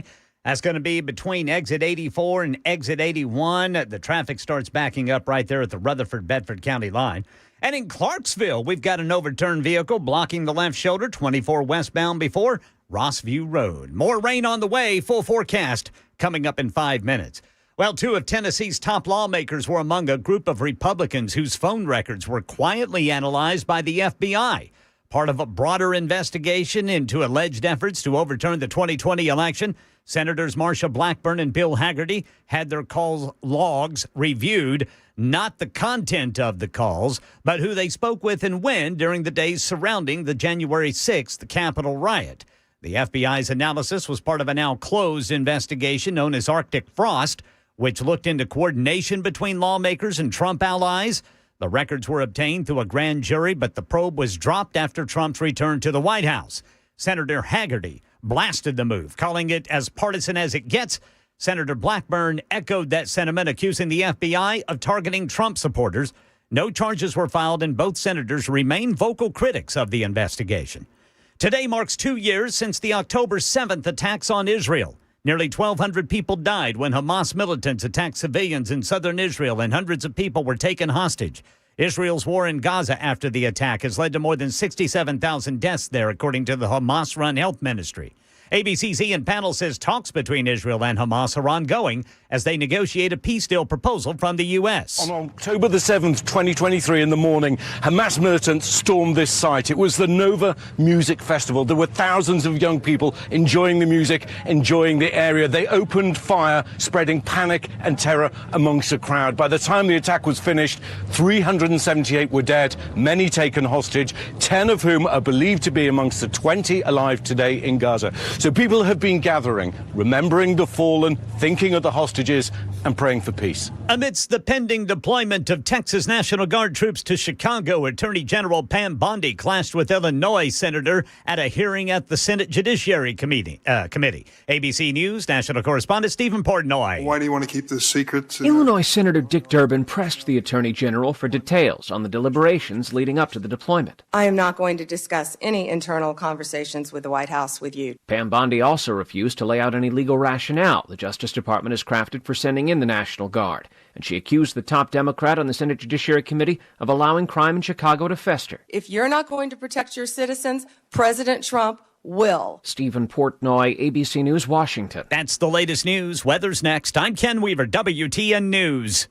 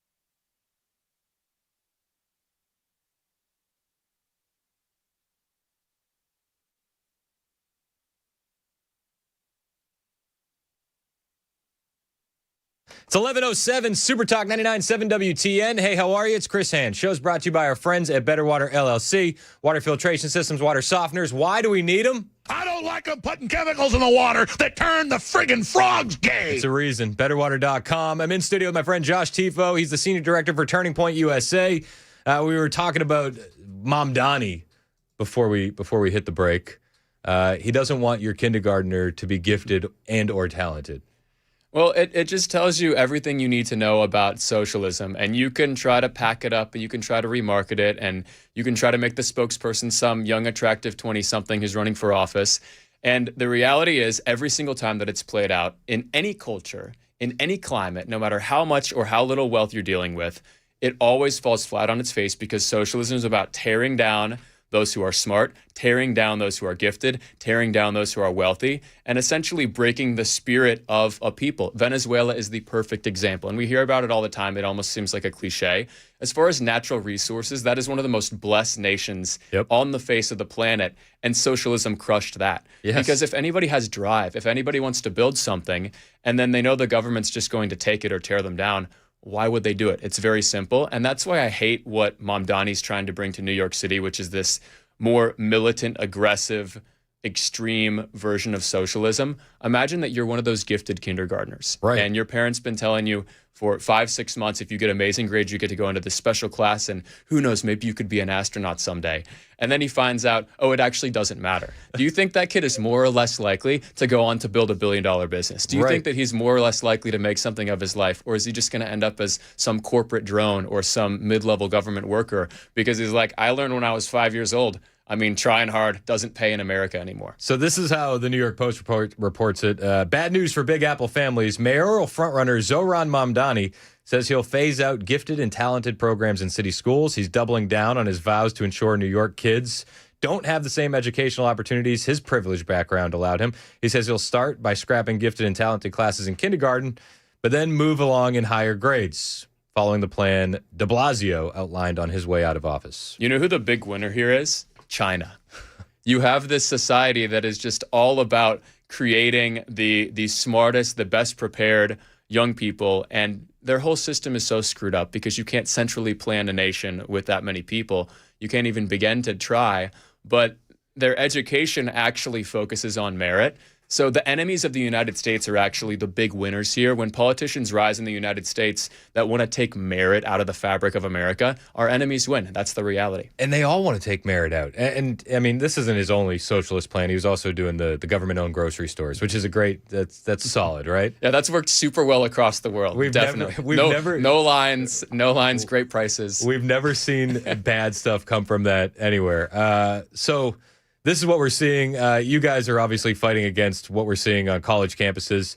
We were talking about the carrot and the stick a little while ago as well. Tell me a little bit more about what you're seeing from the Trump administration on college campuses, not just saying that you have to allow free speech, but incentivizing it now. I see a posture of offense, and I don't just see it there. I see it with Pete Hegseth in the Department of War. I see it in virtually every corner of the administration. But I won't go on that sidebar yet. Going back to your question, I see a culture that they're trying to establish where a university president has every reason to fight all of the woke nonsense that's going on their campus, coming from tenured professors, coming from long-term administrators. He is giving a university president who is not a complete lost cause the cover that he or she needs to lead their universities in a Mitch Daniels Purdue type of way to become a great university again. And it's sad that that's the only big public university example that I can think of. Yeah. And there are others that have done pretty well. I know Tennessee's a mixed bag. I love what you said, though. Trump is giving these university presidents cover. It's like a lot of these guys want to do this kind of stuff, but they just can't because of the backlash that they may face. They'd be out of a gig. And Charlie was fighting for this stuff for a while. It was when we were on our way to Memorial, my wife and I, we sat next to a young girl, and she said that she was a chapter leader at her University of Michigan. And she had a professor that said, you have to write this paper about why Trump is bad. And she said, that's garbage. I don't think he's bad. It's 50% of your grade, though. Charlie had reached out to the university president and said, I'm going to make this a huge story unless you do something about this. And this is something that I guess would happen quite a lot behind the scenes, not for fanfare, just to do the right thing. And he said, if you don't fix this, like, we're going to make a story out of this. The university professor apologized. She was refunded the money for the class, and she went on to have a great college career after that. So I just like seeing that it's not just Turning Point on offense anymore on these college campuses, the weight of the federal government is behind it now, too. And that's because we're changing the culture. And that was Charlie's big dream when he founded Turning Point. I go back to the October 2014 Tea Party rally, the day I met Charlie, and the pitch that he made to the room. I think it was 100 of us at a Tea Party rally. That speech changed my life. He talked about the importance of changing culture, the importance of making it cool to be a conservative, which to me as a 21-year-old, that just seemed like the most outlandish concept in the world. I went to a Christian school, Cedarville University, and it wasn't really cool to be a conservative at one of the most conservative schools in the entire country. It feels off. And then you fast forward to today, and we get this influx of 120,000 activists who want to start Turning Point chapters in the weeks following Charlie's martyrdom. And by the way, I want to talk a little bit about that and what I'm seeing from our staff. So as you can imagine, which is just the best staff in the world. Yeah, they are. I couldn't be more impressed or proud to know those guys. And you can go staff member by staff member. The stories you hear about how these people ended up working at Turning Point, it's extraordinary. Whether they were chapter leaders, whether they were an athlete who was blacklisted on campus because they talked about their faith or because they joined their Turning Point chapter. It's this all-star list of blue chip talent who would have ended up at Goldman Sachs, who would have ended up at ABC or Disney or all these big companies around the world. And they ended up at Turning Point instead because the left did something dumb to screw things up and push them in our direction. Right. And I challenge you to do that. The next time you're at our headquarters, just talk to a staff member and ask them about their story. You could probably write an article just about that one kid's story and how they ended up at Turning Point. And that's part of why you see this brilliant response and activation from our staff ever since everything happened September 10th. I mean, these are the best of the best. We have tens of thousands of people who want to work at Turning Point. So we are hiring the best and the brightest. And I'm so encouraged that we've gone past just starting chapters with the really conservative students, the ones who want to pay the cost, the ones who are not afraid to lose grades or lose jobs or lose relationships or get kicked out of their fraternity or their sorority. The big jump that happened, I believe, when Charlie died, was that all those students who were on the fence, who believe like I do, who believe like you do, but they were just shutting up and taking it. They wanted good grades on their papers. They wanted a great corporate job, and they were totally cool being quiet conservatives. They saw Charlie take a bullet for what he believed in, and they said, that's it. If he can die for what he believes in, I can get a bad grade. If he can die for what he believes in, then I can get blacklisted by my fraternity. If he can die for what he believes in, then I can start a Turning Point chapter. And that's why we're seeing a renaissance in American culture right now. Amen. And that staff, I mean, yeah, top to bottom, everybody knows what we were up against during the last election cycle. You know, I remember the jokes in the office. Everybody knew that the FBI is watching us. I mean, I told my mother and father-in-law, I was like, listen, if we get raided by the FBI, if we lose this election, well, I just want you to know I didn't do anything illegal. It's just this is the cost of admission here. But you have that fearless staff, and now you've galvanized support, and it looks like the tides are turning, and that the culture war, we are winning. But there's other battlefields that we need to address. Netflix in particular, big story this week. You know, I know you're a father. You got two beautiful kids, but the transgender ideology that they're sneaking into these kids programs is insane. And I'll go a step further on Netflix. So obviously the trans kid stuff is egregious and ridiculous. Netflix has been creating all kinds of horrific content for a very long time. I mean, every once in a while they'll make a great show. Right. But you just look at the content that they put into almost all the Netflix originals, which the way that works, I mean, sometimes Netflix is actually making it. Oftentimes they're bidding it. They're picking it up from other studios. They're purchasing the rights to it. A lot of that original content, it has tons and tons and tons of language, tons of sex, tons of LGBT content. And also one thing I've noticed about Netflix shows, there's tons of suicide in it, like a lot. It's a main plot line in so many Netflix shows. There's a lot of spiritual darkness, and I'm glad that this was the breaking point for Elon Musk and for so many other people. And honestly, full disclosure, it was the breaking point for me. I canceled our Netflix, I think a few days ago. It was a few days ago. There's been overt spiritual darkness in a lot of that content for a long time. Not all of it. Some of it's great. Most of it's very, very bad. And I think it's time that for those of us who love Jesus in the country, for those of us who love America, why on earth are we spending money and spending time and wasting our focus on a barrage of content that is challenging everything we want to become and everything we want our children to become? Well, and the other thing that's crazy about it too is like right now in 2025, we have a lot of options. Like we're blessed. We're not at the same spot we were at in 2016. Yippee has built up a fantastic platform of Christian conservative content for young kids where you can tell. I tell my kids all the time, yeah, put on whatever you want on Yippee. You got PragerU Kids, you got Daily Wire's Bent Key. There are these platforms where you can find alternatives. It's not like we're trapped the way we once were. So this is how that whole industry feels to me. It feels like the kids' food industry 4 or 5 years ago when people were finally beginning to learn in the mainstream that the dyes were toxic and that you're not supposed to give your kids sugar all day long, and essentially that almost all the big food conglomerates were poisoning our kids. Yeah. That is what's happening spiritually and mentally and developmentally with a lot of our kids and a lot of the mainstream brands that are out there now. And you just mentioned a lot of the great ones. Another project to keep your eye on. So Wonder Project, which is the entity that put together House of David with Amazon MGM. Yes. I think they have a big future as well. I was at the House of David season 2 premiere last week, and I believe it just came out on Amazon, so you can see it now.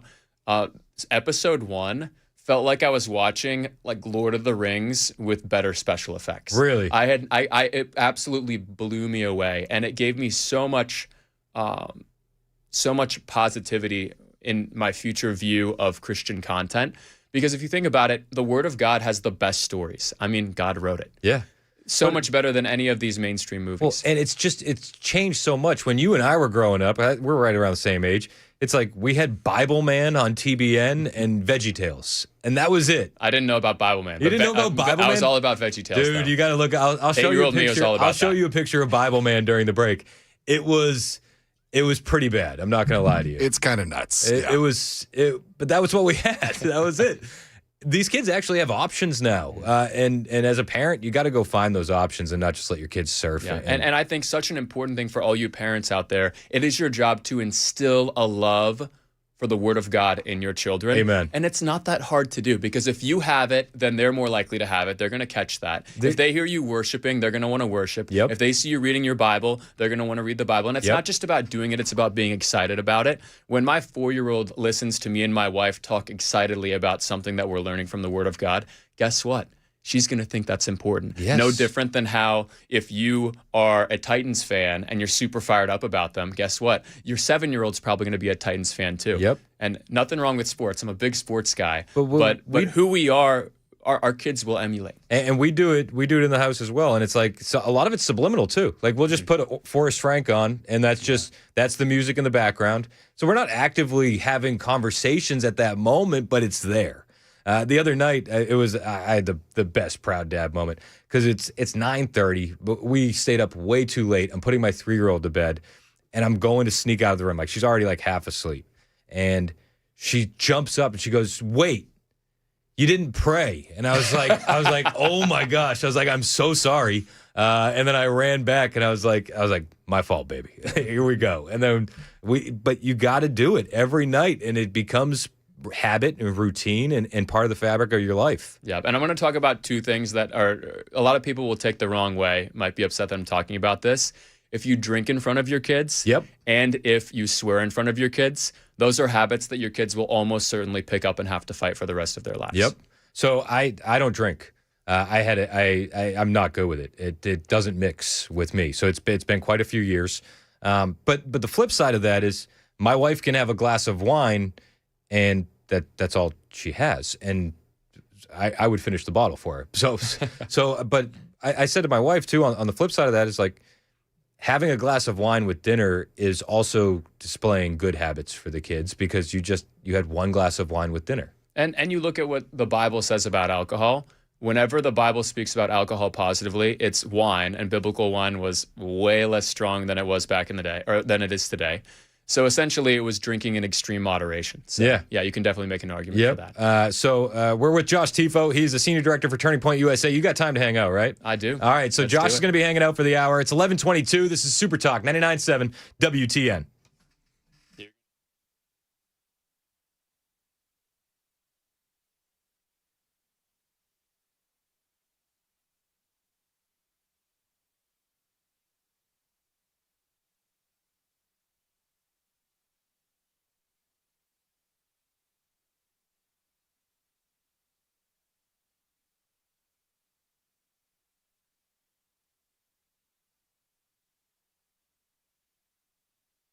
Hey, what's up? It's Chris Hand here from my friends at Better Water LLC. I tell you about these guys all the time, but if you're tired of weird smells, stains, or just plain old bad tasting water at your house or office, you need to listen up. These guys are the ones you need to call. Think about it like a giant Brita filter for your entire house, or we can scale it down for under your sink, or you could do one for your whole business, and it handles everything. You know, you could have some nasty stuff in your water, and you're probably like, well, I've heard horror stories. You're like, well, I'm on city water. It's like, I've also heard horror stories. Now, Better Water will test your water for free. And if you got any of this nasty stuff, they'll figure out some options to get it cleaned up. You could have sulfur, iron, chlorine, bacteria, even E. coli in your water. It's gross. Let Better Water test it for free. If they find any of that stuff, they offer a range of options. Reverse osmosis, specialized filters, UV lights, you name it, Better Water has you covered. They're already doing this for the coffee shops around town. They're based out of Smyrna. They do it for the hospitals as well. These guys are the pros. It's time for you to stop drinking the junk out of your tap.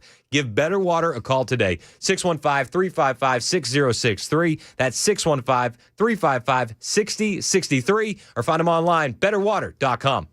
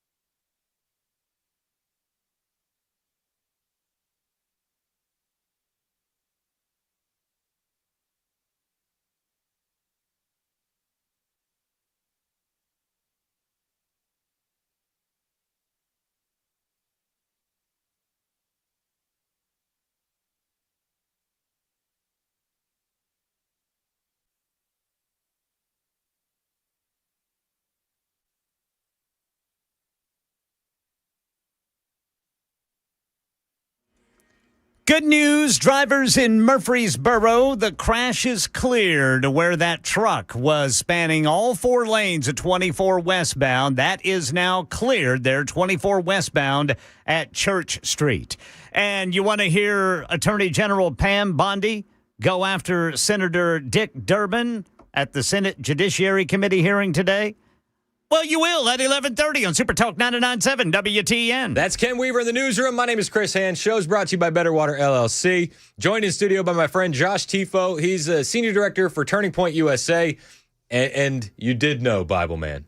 I did. He showed me the picture, and I was like, "Oh my goodness, I remember now." Yeah, it was in the recycle bin until a few minutes ago. Bible Man. But we're seeing culture change, media change. You were saying a minute ago that you think that a lot of these Christian media guys, artists, what kind of content creators, but they're finding an opportunity to break into mainstream with the same content as opposed to selling out to break into mainstream, which was the path that was there before. Well, that's what most of the big Christian artists attempted, that you saw try to go mainstream in culture, attempted over the past few decades. And I don't need to name names. We don't need to start any fights. Some of these guys live here in Tennessee. But you see the template. Early in their career, they talk about the gospel. They're on fire for Jesus. They say aggressive, controversial things. And then they're like, I could get pretty rich. Like, oh, maybe I could be on the top 40. And they water down the message. And every single time, maybe they get like one hit or two. And then the culture just chews them up and spits them out because they're like, there's no power here. Like, I'm going to listen to Beyonce. Like, why would I listen to this person? One guy I have so much respect for is Forrest Frank. Amen. He doesn't care about the awards. And as he's getting bigger, instead of getting more ashamed of the gospel and less aggressive in his message. He's getting even more aggressive in his message because if you think about it, you can talk about politics, you can talk about culture, you can talk about a lot of these things that people fight about and argue about, rightfully so. There's nothing more inherently offensive than saying, I believe that Jesus Christ is the Son of God. I believe that he died for the sins of the world. I believe that heaven is real and hell is real. Everyone who puts their trust in him is going to heaven, and everyone who does not is going to hell for eternity. That is more controversial than any of these other stuff that we argue about all day long. And Forrest Frank is doubling and tripling down on the gospel of Jesus Christ as he gets more famous, and I have so much respect for that. I loved it. I loved it when he said, he's like, I'm not going to go to the Grammy Awards. I'm not going to go to the Dove Awards, which is the Christian version of the Grammys. He's like, I don't want them. If it's not for the glory of God, I don't want these awards. And I think that's powerful. The other thing that's powerful about Forrest Frank is he makes good music. It's like objectively good. The beats are good. You can nod your head along to it, whether you're a Christian or not. And as a dad at the ball field with my boys, I'm not a huge fan of walk-up music. I don't know how you feel. But I'm like, let the kids play and like stop. We're not in the majors. But I've changed my tune as my youngest son, Bishop. Half of his team's walk-up songs are Forrest Frank.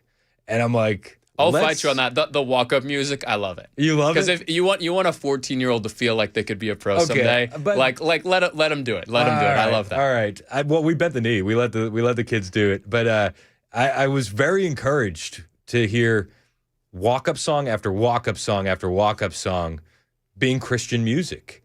And it's just, we got good artists out there right now that are really making good songs. And you're also seeing a special moment in American history where, especially in that, I would say, 14 to 22 demographic, it's becoming very culturally accepted, dare I say cool, to be an outspoken Christian. It's a very special moment. I didn't know if I would ever see it again in this country, or I guess I've never seen it in my life. I've heard about it like way back in the day. I never thought I would see it in my lifetime in this country. But so many young people are becoming sold out followers of Jesus Christ that you're seeing this network effect where it's almost like weird to believe that we all magically happened in a big bang and that there's not a God who loves you and that all this Jesus stuff isn't real. What takes more faith, believing in the Big Bang or believing in Jesus? I think it takes... I want to go down a rabbit trail here. So the reason why I believe so many of the most intelligent people in the world are not Christians is because the church gave up on creationism in the Old Testament. So let's say that you're one of the smartest people in the world, like a tech billionaire. And then you start to dig into the Bible just a little bit to see what's real and what's not. And you start reading about how Jesus, who is the cornerstone of our faith, talked directly about creation, talked directly about the Old Testament and Genesis and how God created the world. So if you have this modern, relevant church that has given up on that and said that evolution's real, the creation stuff's just an allegory, but then we make all of our faith about a Messiah who talked about how God created the earth, then if you're a super intelligent person, you're like, this is a joke, I'm not believing in this. Yeah, it doesn't add up. When we gave up creationism, we gave up a hill that led to the downfall of Christianity and all of popular culture. I think that's a hot take, and I think we made Jesus a liar. I mean, if Jesus said that God created the world, and we don't believe that God literally created the world, and we make our faith about Jesus dying on the cross and rising again from the grave, like that's not a logical faith. Yeah, I hear you. Josh Tifo's in here. He's Senior Director for Turning Point USA. He's going to hang out with us for a little bit longer. We're going to do this every Tuesday. We're looking forward to it. Right now, though, the headlines with Ken Weaver on Super Talk.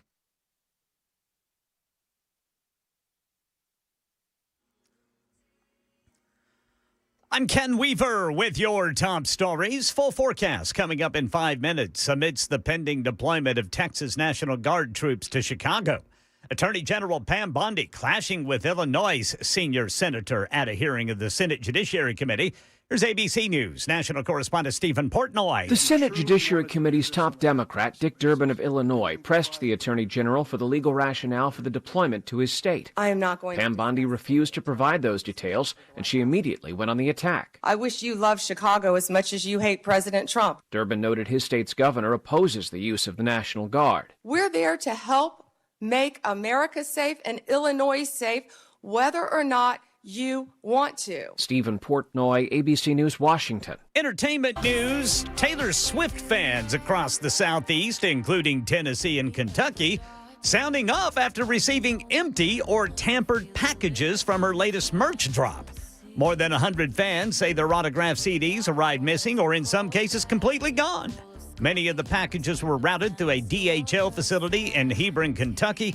Some appeared to have been opened or resealed. Universal Music Group offering refunds or replacements, but the signed CDs have already sold out. DHL says it's investigating the issue with the help from the U.S. Postal Service. Fans, by the way, formed a private Facebook group to track the incidents with over 130 cases already documented. And if your car or deck here in Middle Tennessee looks like it's been dusted with cotton, blame the hackberry woolly aphids. These fuzzy white bugs are swarming Middle Tennessee, feeding on hackberry trees and leaving behind a sticky mess. They don't bite, but they do leave a residue that attracts black mold. Experts say warmer fall weather's helping them stick around longer. To fight back, try a mix of water and dish soap, or let ladybugs do the work. Ladybugs. That's the latest news. Weather's next. I'm Ken Weaver, WTN News.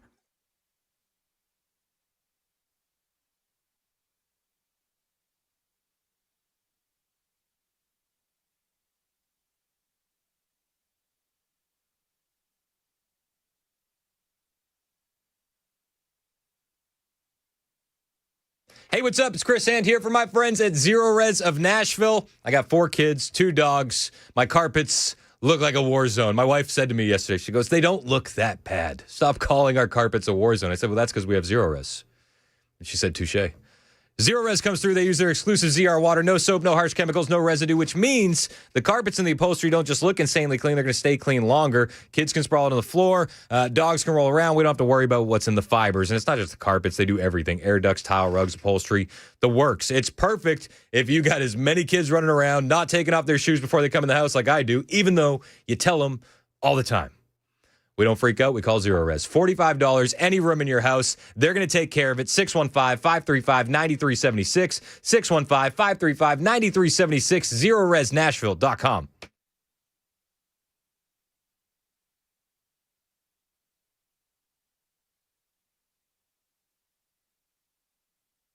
For many of us, generators are becoming a must-have household appliance. From unpredictable weather to surprise outages, it's better to be safe than sorry. Generator Supercenter of Nashville offers fast and easy installations with 24/7 service and monitoring to all brands of generators and expert repairs done right. Our mission is to make owning a backup generator simple and easy. Visit your local store today or check us out online. Generator Supercenter of Nashville. We serve all Middle Tennessee.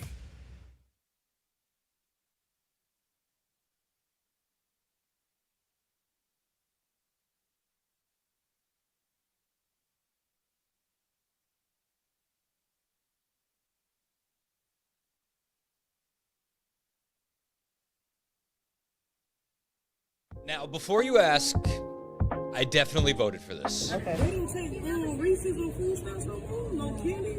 So they went live when they said they're going to take out all the snacks. They're taking away all the snacks on EBT.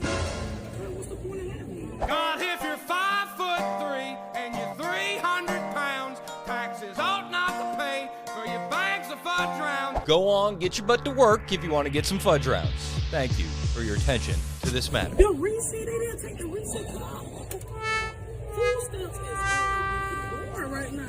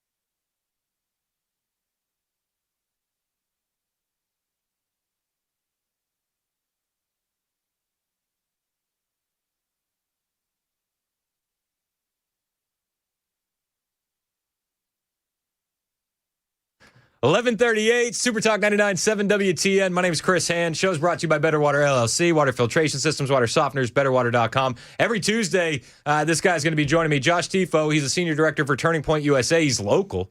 You represent Turning Point South. What's up, Josh? You got to love Turning Point South. We love Turning Point South. Almost everyone's out in Arizona, but we're holding it down here in Tennessee. I mean, you got some strong figures. Bo Diddle's out here, Riley Gaines, you.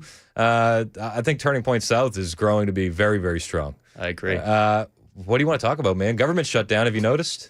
Yeah, and have you noticed that Congress is still getting paid? You know what? This whole government shutdown circus that we see over and over and over again, it would just disappear if we didn't pay these people.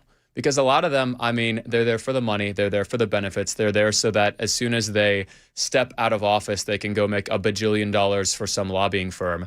So, you want to get them to actually do their job. Tell them they're not going to get paid if there's a government shutdown. Shocking idea. I mean, you think you could make the argument that they shouldn't get paid anyway when you see how much money they can make off their insider trading. Yeah, that's one of the crazier developments that when I'm really old, and we're looking back at this period in American history, one of the most ridiculous things we look upon will be the way that we allowed insider trading on spousal privilege and all that type of stuff that happened in Congress. And it's not just Democrats. It's a lot of Republicans too. Be like, 100%. Oh, wow, I don't know what they were doing, but their portfolio goes up 97% a year. Like, this person must just be really smart. Well, I say it all the time. If you're making a couple $100,000 a year and you get in a good credit union, and you know that interest will compile, and you too could make $300 million. Well, and you could. I was about to tell a joke, but you preempted it. I forgot it. It's perfect. That's all you have to do. It's just that return. It really works. Hakeem Jeffries was saying, "What's the next move?" And he says that public sentiment is everything, and that he's going to wait for this to get painful for people. Do you think that they're trying to force an uprising? Are they trying to force, Brandon Johnson the other day was talking about civil war. Do you think that that's what they're trying to do? I'm sure a lot of the very bad actors on their side want that, which is unfortunately a lot of them, the people who are really in charge over there. But it's not going to happen. And here's my evidence that I believe is irrefutable. How did American culture respond when Charlie Kirk was martyred? I mean, people were praying in the streets. There was no violence. There were 0 Wendy's burned down. So great day for all you Wendy's franchisees. So you should be thankful that we're the good guys here. Instead, people were praying. I heard that at the Gallatin Vigil that happened just north of here after Charlie died, that 100 people gave their life to Jesus Christ. Which is amazing. So when something bad happens for the left, they burn things down. And when something bad happens for the right, they give their life to Jesus. I mean, that should tell you everything about the darkness versus light battle that is shrouded in a political battle right now. Yet we still see the mainstream media covering for the Democrats. MSNBC convinced that the average American is blaming President Trump for the shutdown. What do you think about that? So virtually all polling about his overall favorability right now, including all the sentiments we see online, would refute that. And yes, I understand. They say he's more popular than Obama in his first term right now. Yeah, which is wild because, I mean, Obama, that was right around the time that we started building Turning Point. I mean, Obama was like Bono plus MLK plus your favorite basketball and football player combined. I mean, the way that he was talked about on campus, even from people who disagreed with him, was extraordinary. So you look at all these other external factors, the Democrats will try to use the shutdown to power down that Trump popularity just a little bit, but it's like throwing rocks at bulletproof glass. It's not going to work. These are desperate people they're not just losing the political battle, they are losing American culture. So you're going to see them do desperate, ridiculous things in the next few years if they continue to lose American culture.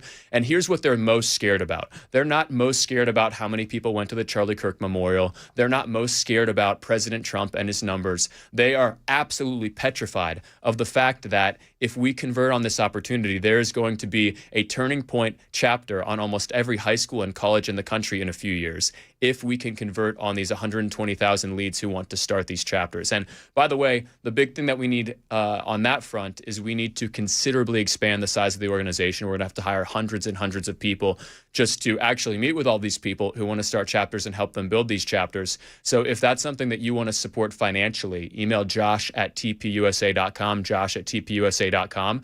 That is what the real bad guys on the left in their weird boardroom in Aspen or wherever they are right now are talking about. They're saying, how do we compete if there is a Turning Point chapter on almost every school in the country, convincing these leftist students, even the families we already have, their kids are going to become based by the time they're 18 years old because of the Club America chapter on their high school campus. Could you imagine if kids were being sent to universities and colleges and they're liberal and then they're coming home conservative? So I'm telling you, it's happening right now. So we have Turning Point chapters on almost every midsize and major university in the country, and that is happening right now at most schools in the country. There are leftist families who have indoctrinated their poor kid that there is no God who created all this. Christianity is a lie to perpetuate white nationalism or whatever weird stuff they teach.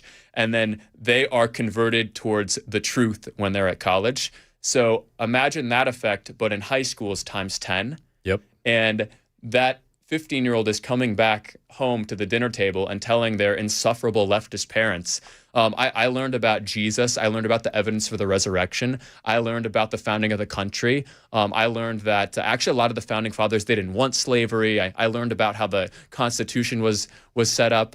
I mean, it's going to completely crush the influence that the left has nationally. They're not going to win a national election if we pull this off for decades. And that's on college campuses with just Gen Z students, right? And then you have millennials and Gen Xers who are raising kids right now, Gen Alpha, who are going to come up. And I think Gen Alpha could be the most conservative generation that we've ever seen in this country. I agree. I'm seeing all the signs for that. And I actually have a bold prediction that's going to make a lot of you laugh.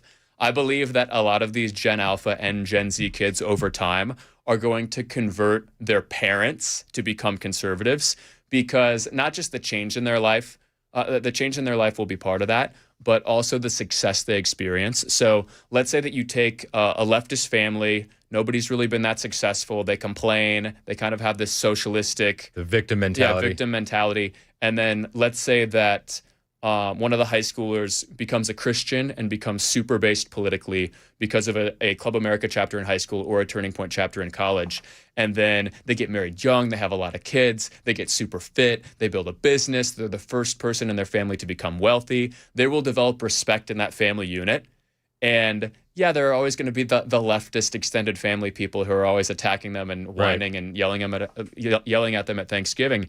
But those people will become the respected leaders of their family in the way that people view them. So I believe that all of these Gen Zers and Gen Alpha kids who become super based are actually going to flip a lot of the older members of the family politically, which is wild because in most civilizations, it's the opposite. Yep. It's the older people who are wise, who are educating the young. And in this case, we just have a lot of millennials and a lot of Gen Xers and a lot of baby boomers who have just built their life on godless anti-American lies. And it's going to be their kids through their example who bring the truth into that family unit. And I love that. I'm excited. I'm excited about that too. And I see it personally in my own family when I post a reel and it's about Pete Hegseth telling the general, stop being so fat. And then I see my nephew like it. I'm like, oh, let's go. Go tell your mom and dad. So I hope that we see these positive ripple effects, but we can't give up yet. White House is confident that the Democrat Party is destroying itself currently. I don't know how you argue against that. Yeah, I mean, there's really no way to argue against it. And it's because they're built on lies. And the only way that they can perpetuate their lies in modern culture is by controlling the means of information distribution. And the one domino that mattered more than anything else in that fight was when Elon Musk bought Twitter. Because that broke their entire stranglehold, because other companies then had to allow some measure of free speech if they were going to compete with Twitter, now X. And it created this domino effect where all of a sudden on TikTok, there's more freedom of information. On Instagram, on Facebook, there's more freedom of information. And also I have to give a shout out to my wife, Brenna. She called the TikTok thing before anybody else, before any conservative influencer I knew. Right when they started freeing up the platform, she was like, Josh, some of these stories that you're telling me about from your phone calls or your talks with Charlie or whatever, I'm seeing them on TikTok, but nowhere else. I think TikTok is actually becoming a free platform. And I get roasted for this to this day. I was like, there's no way. I trust my wife almost all the time. And now I trust her all the time. And I was like, there's no way. Every person I know in like the entire conservative world is telling me they're very bad actors. But Elon Musk buying X put pressure on these other businesses to actually be kind of open. And that just broke everything open because you let the truth out. And I mean, you get the political revolution you saw in 2024. And now you see the Christian revival that began to happen up until September 10th that has now just lit the country on fire. So are we going to see this expand out from the United States into other Western countries, England, Australia, Germany? Because you're seeing a lot of stuff there that looks like what they're dealing with could be our next battle, especially in terms of digital ID. What are your thoughts on that? I believe that however America leads, most of the Western world will follow, whether through our direct action or just the power of our culture. I mean, we make so much of the music they listen to, so many of the movies they watch, so much of the news they watch. We drive so much culture in these Western nations. So when our country becomes evil in the messages that we portray to the rest of the world, when we push the trans stuff, when we push abortion, when we openly deride Christianity, then the Western world will feel that pull. And the opposite is true. If we become a good nation that stands for marriage being between a man and a woman, we stand against abortion, we stand against, outlandish things like trans surgeries on kids, then what it does is it gives cover, it gives opportunity to the good actors in those Western nations to use the pull of America to try to pull their nation in that direction. So as America becomes more free and as America becomes more based on the truth, it will be easier for the good actors in those nations to pull their nation in that direction. And by the way, I love the term based. Everyone throws it around and these kids don't even know what it means. What does it really mean? It means based on truth. Yep. So if somebody has become based, it means that they are basing their thoughts, their emotions, their relationships, their business, their speech on truth. Yep. And what did Jesus say? He said, I'm the way, the truth, and the life. So a lot of these people, without knowing it, when they say that they're becoming based, they're talking about how they're living closer to God's design. On digital ID in particular, what are your thoughts on that with what we're seeing in England? That's going to be a wild fight because you'll see a lot of Western nations, and they already are, making arguments that we need it for security purposes. Let's talk more on that as I become more of an expert on it. I don't know enough to be able to speak from expertise on that, but I do see it as a horrific opportunity for the bad actors in the world to exert control over every little thing that we do and track everything we say. Yeah, not a fan of that. Josh Tifo, how can we keep up with you? Where are you on social media? Can we find you on X and on Instagram? Absolutely. You can find me on X. You can find me on Instagram. It's Josh Tifo, just at Josh Tifo. My last name is spelled Thifault. And if you have any questions about Turning Point, you want to support Turning Point, you want to start a chapter, you have angry comments about what you heard today, you can email josh@tpusa.com. Hate mail gets read first. It does. Charlie read all of his freedom@charliekirk.com emails because one of the things he was most proud of was that he always had his finger on the pulse of the grassroots. And he did. He'd be in a White House meeting and he would say something like, no, actually, you're wrong on this. I read all of my listener emails, and there were 87 people who said that they actually don't like this idea. This is one of the biggest blessings that I tell people about the radio show is the audience that we have and being able to crowdsource opinion and information in real time with all the people that we have on the super text line or in the YouTube chat. It is an invaluable resource, and it keeps you low to the ground and with the people of Tennessee. It's a blessing. I love it. And I'm a big fan of your show. I mean, what a cool opportunity to come on here every week. I'm thrilled. Dude, this show is blessed my life in more ways than I can tell you, and this audience as well. And we're excited to have you on every Tuesday. But that does it for this one. It's 11:52. This is Super Talk 99.7 WTN.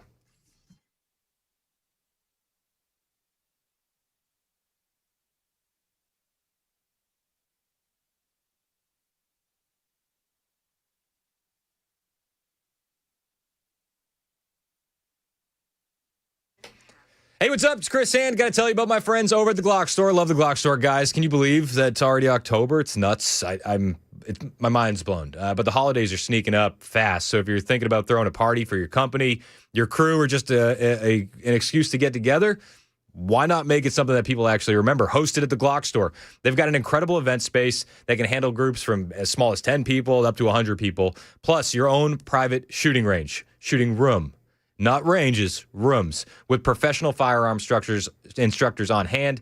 And yes, you can add the full auto option. Tell me that that's not the most American Christmas party ever. Spoiler alert, you can't. Call the Glock Store retail showroom, 615-682-6565, and ask for the manager or just swing by and see it for yourself. They'll help with all the details. They'll even handle the catering if you need it. Trust me, these dates are going to fill up fast, so get your spot locked in now. That's at the Glock Store, 615-682-6565, 615-682-6565. Minutes from the airport, worth the drive from anywhere.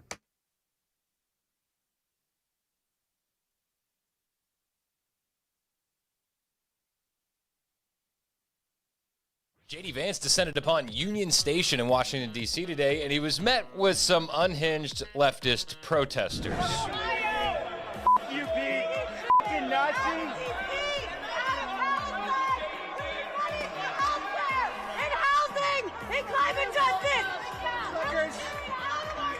Now, there's a couple ways that you can deal with radical leftist lunatics, but I want to highlight the method that J.D. chose today. This method is, of course, the all-encompassing point and laugh. This is the guy who thinks people don't deserve law and order in their own community. Like and subscribe for more tips on how to deal with unhinged leftist lunatics out in the wild. This has been brought to you by our friends at Zero Res Nashville. If you need your carpets cleaned, go to ZeroResNashville.com.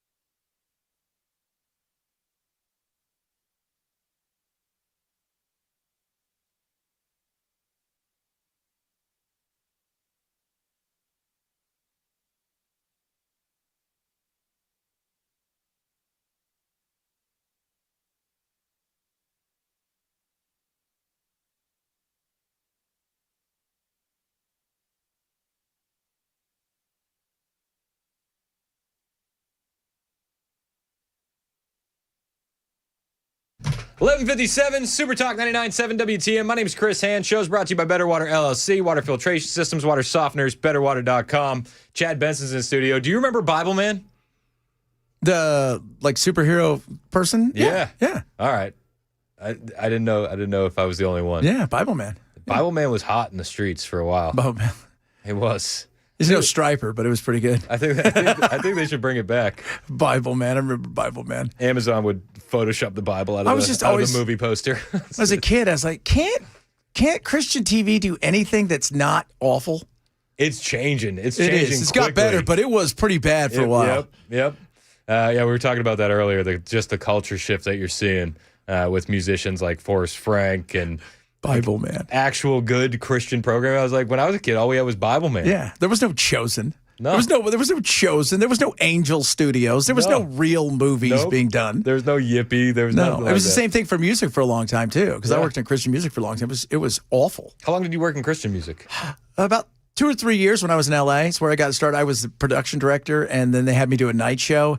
And I remember there was like 2 or 3 bands, like the Newsboys were brand new, and there was just a few groups, and everybody else was awful. It was like Amy Grant, the Newsboys, and a few other ones, and everybody else was just really bad. And you're like, okay, this is going to get better one day, right? And I'm like, yeah, maybe. And it has. Well, also, the cheaper that technology gets and the better the technology is. I think that's a huge part of it. And I mean, the same thing, you can make the argument for hip hop too. Totally. Why it's become so prevalent. Anybody can do it. Yeah. And then you got a guy like Forrest Frank who will make like a Drake kind of beat in his living room and then do all the production in his house. And it's phenomenal. Yeah. I mean, it's crazy when you hear people talk about like how they did their first single and they did it in their room, and you're like, they didn't change anything. You're like, that's crazy. Yeah. Right? Like that's just, and you were a hip hop guy. Who's the guy? I took a pill in Ibiza. Oh, Mike Posner. But his first song, he did it in his bedroom. Yep. Like the whole thing. And he's like, it just became a hit. Same thing with Billie Eilish. That was her and her brother in the room. Tones and I, Dance Monkey. Oh, yeah. I mean, there's videos of her performing that at a Subway. I saw that because so my daughter cool. loves Dance Monkey. It's a good song. It is. It's so catchy. Yeah. Yep. But now you can really take technology in places that are just so crazy. What are you talking about today? Technology. AI. We're going to talk about AI because it's taken over the world. And it's also propping up our economy, essentially. That's something else that we should probably say. You know what? If you took away everything in the stock market that is AI, the stock market would be crashing right now because 80% of everything in the market is basically AI. People are taking big runs at AI, and I feel like it's ready to burst. Well, I think it won't burst until it maxes its potential, right? Well, I think what's going to happen is you're going to have like when the .com crashed, several of those companies, they stayed around, but a lot of them disappeared and took a lot with it because, I mean, only money's going into these areas. And some of it, I feel like it's just like back in the .com. You got an idea? Here's $100 million. Just put AI by it. All right, we got to go try that, you and I. We do. Just put AI. If I had $100 million, I'd be in. No, they give it to us. Oh. All we have to say is we got an idea with AI. I'm in. All right, let's do it. 12:01, Chad's in next. Super Talk 99.7 WTS.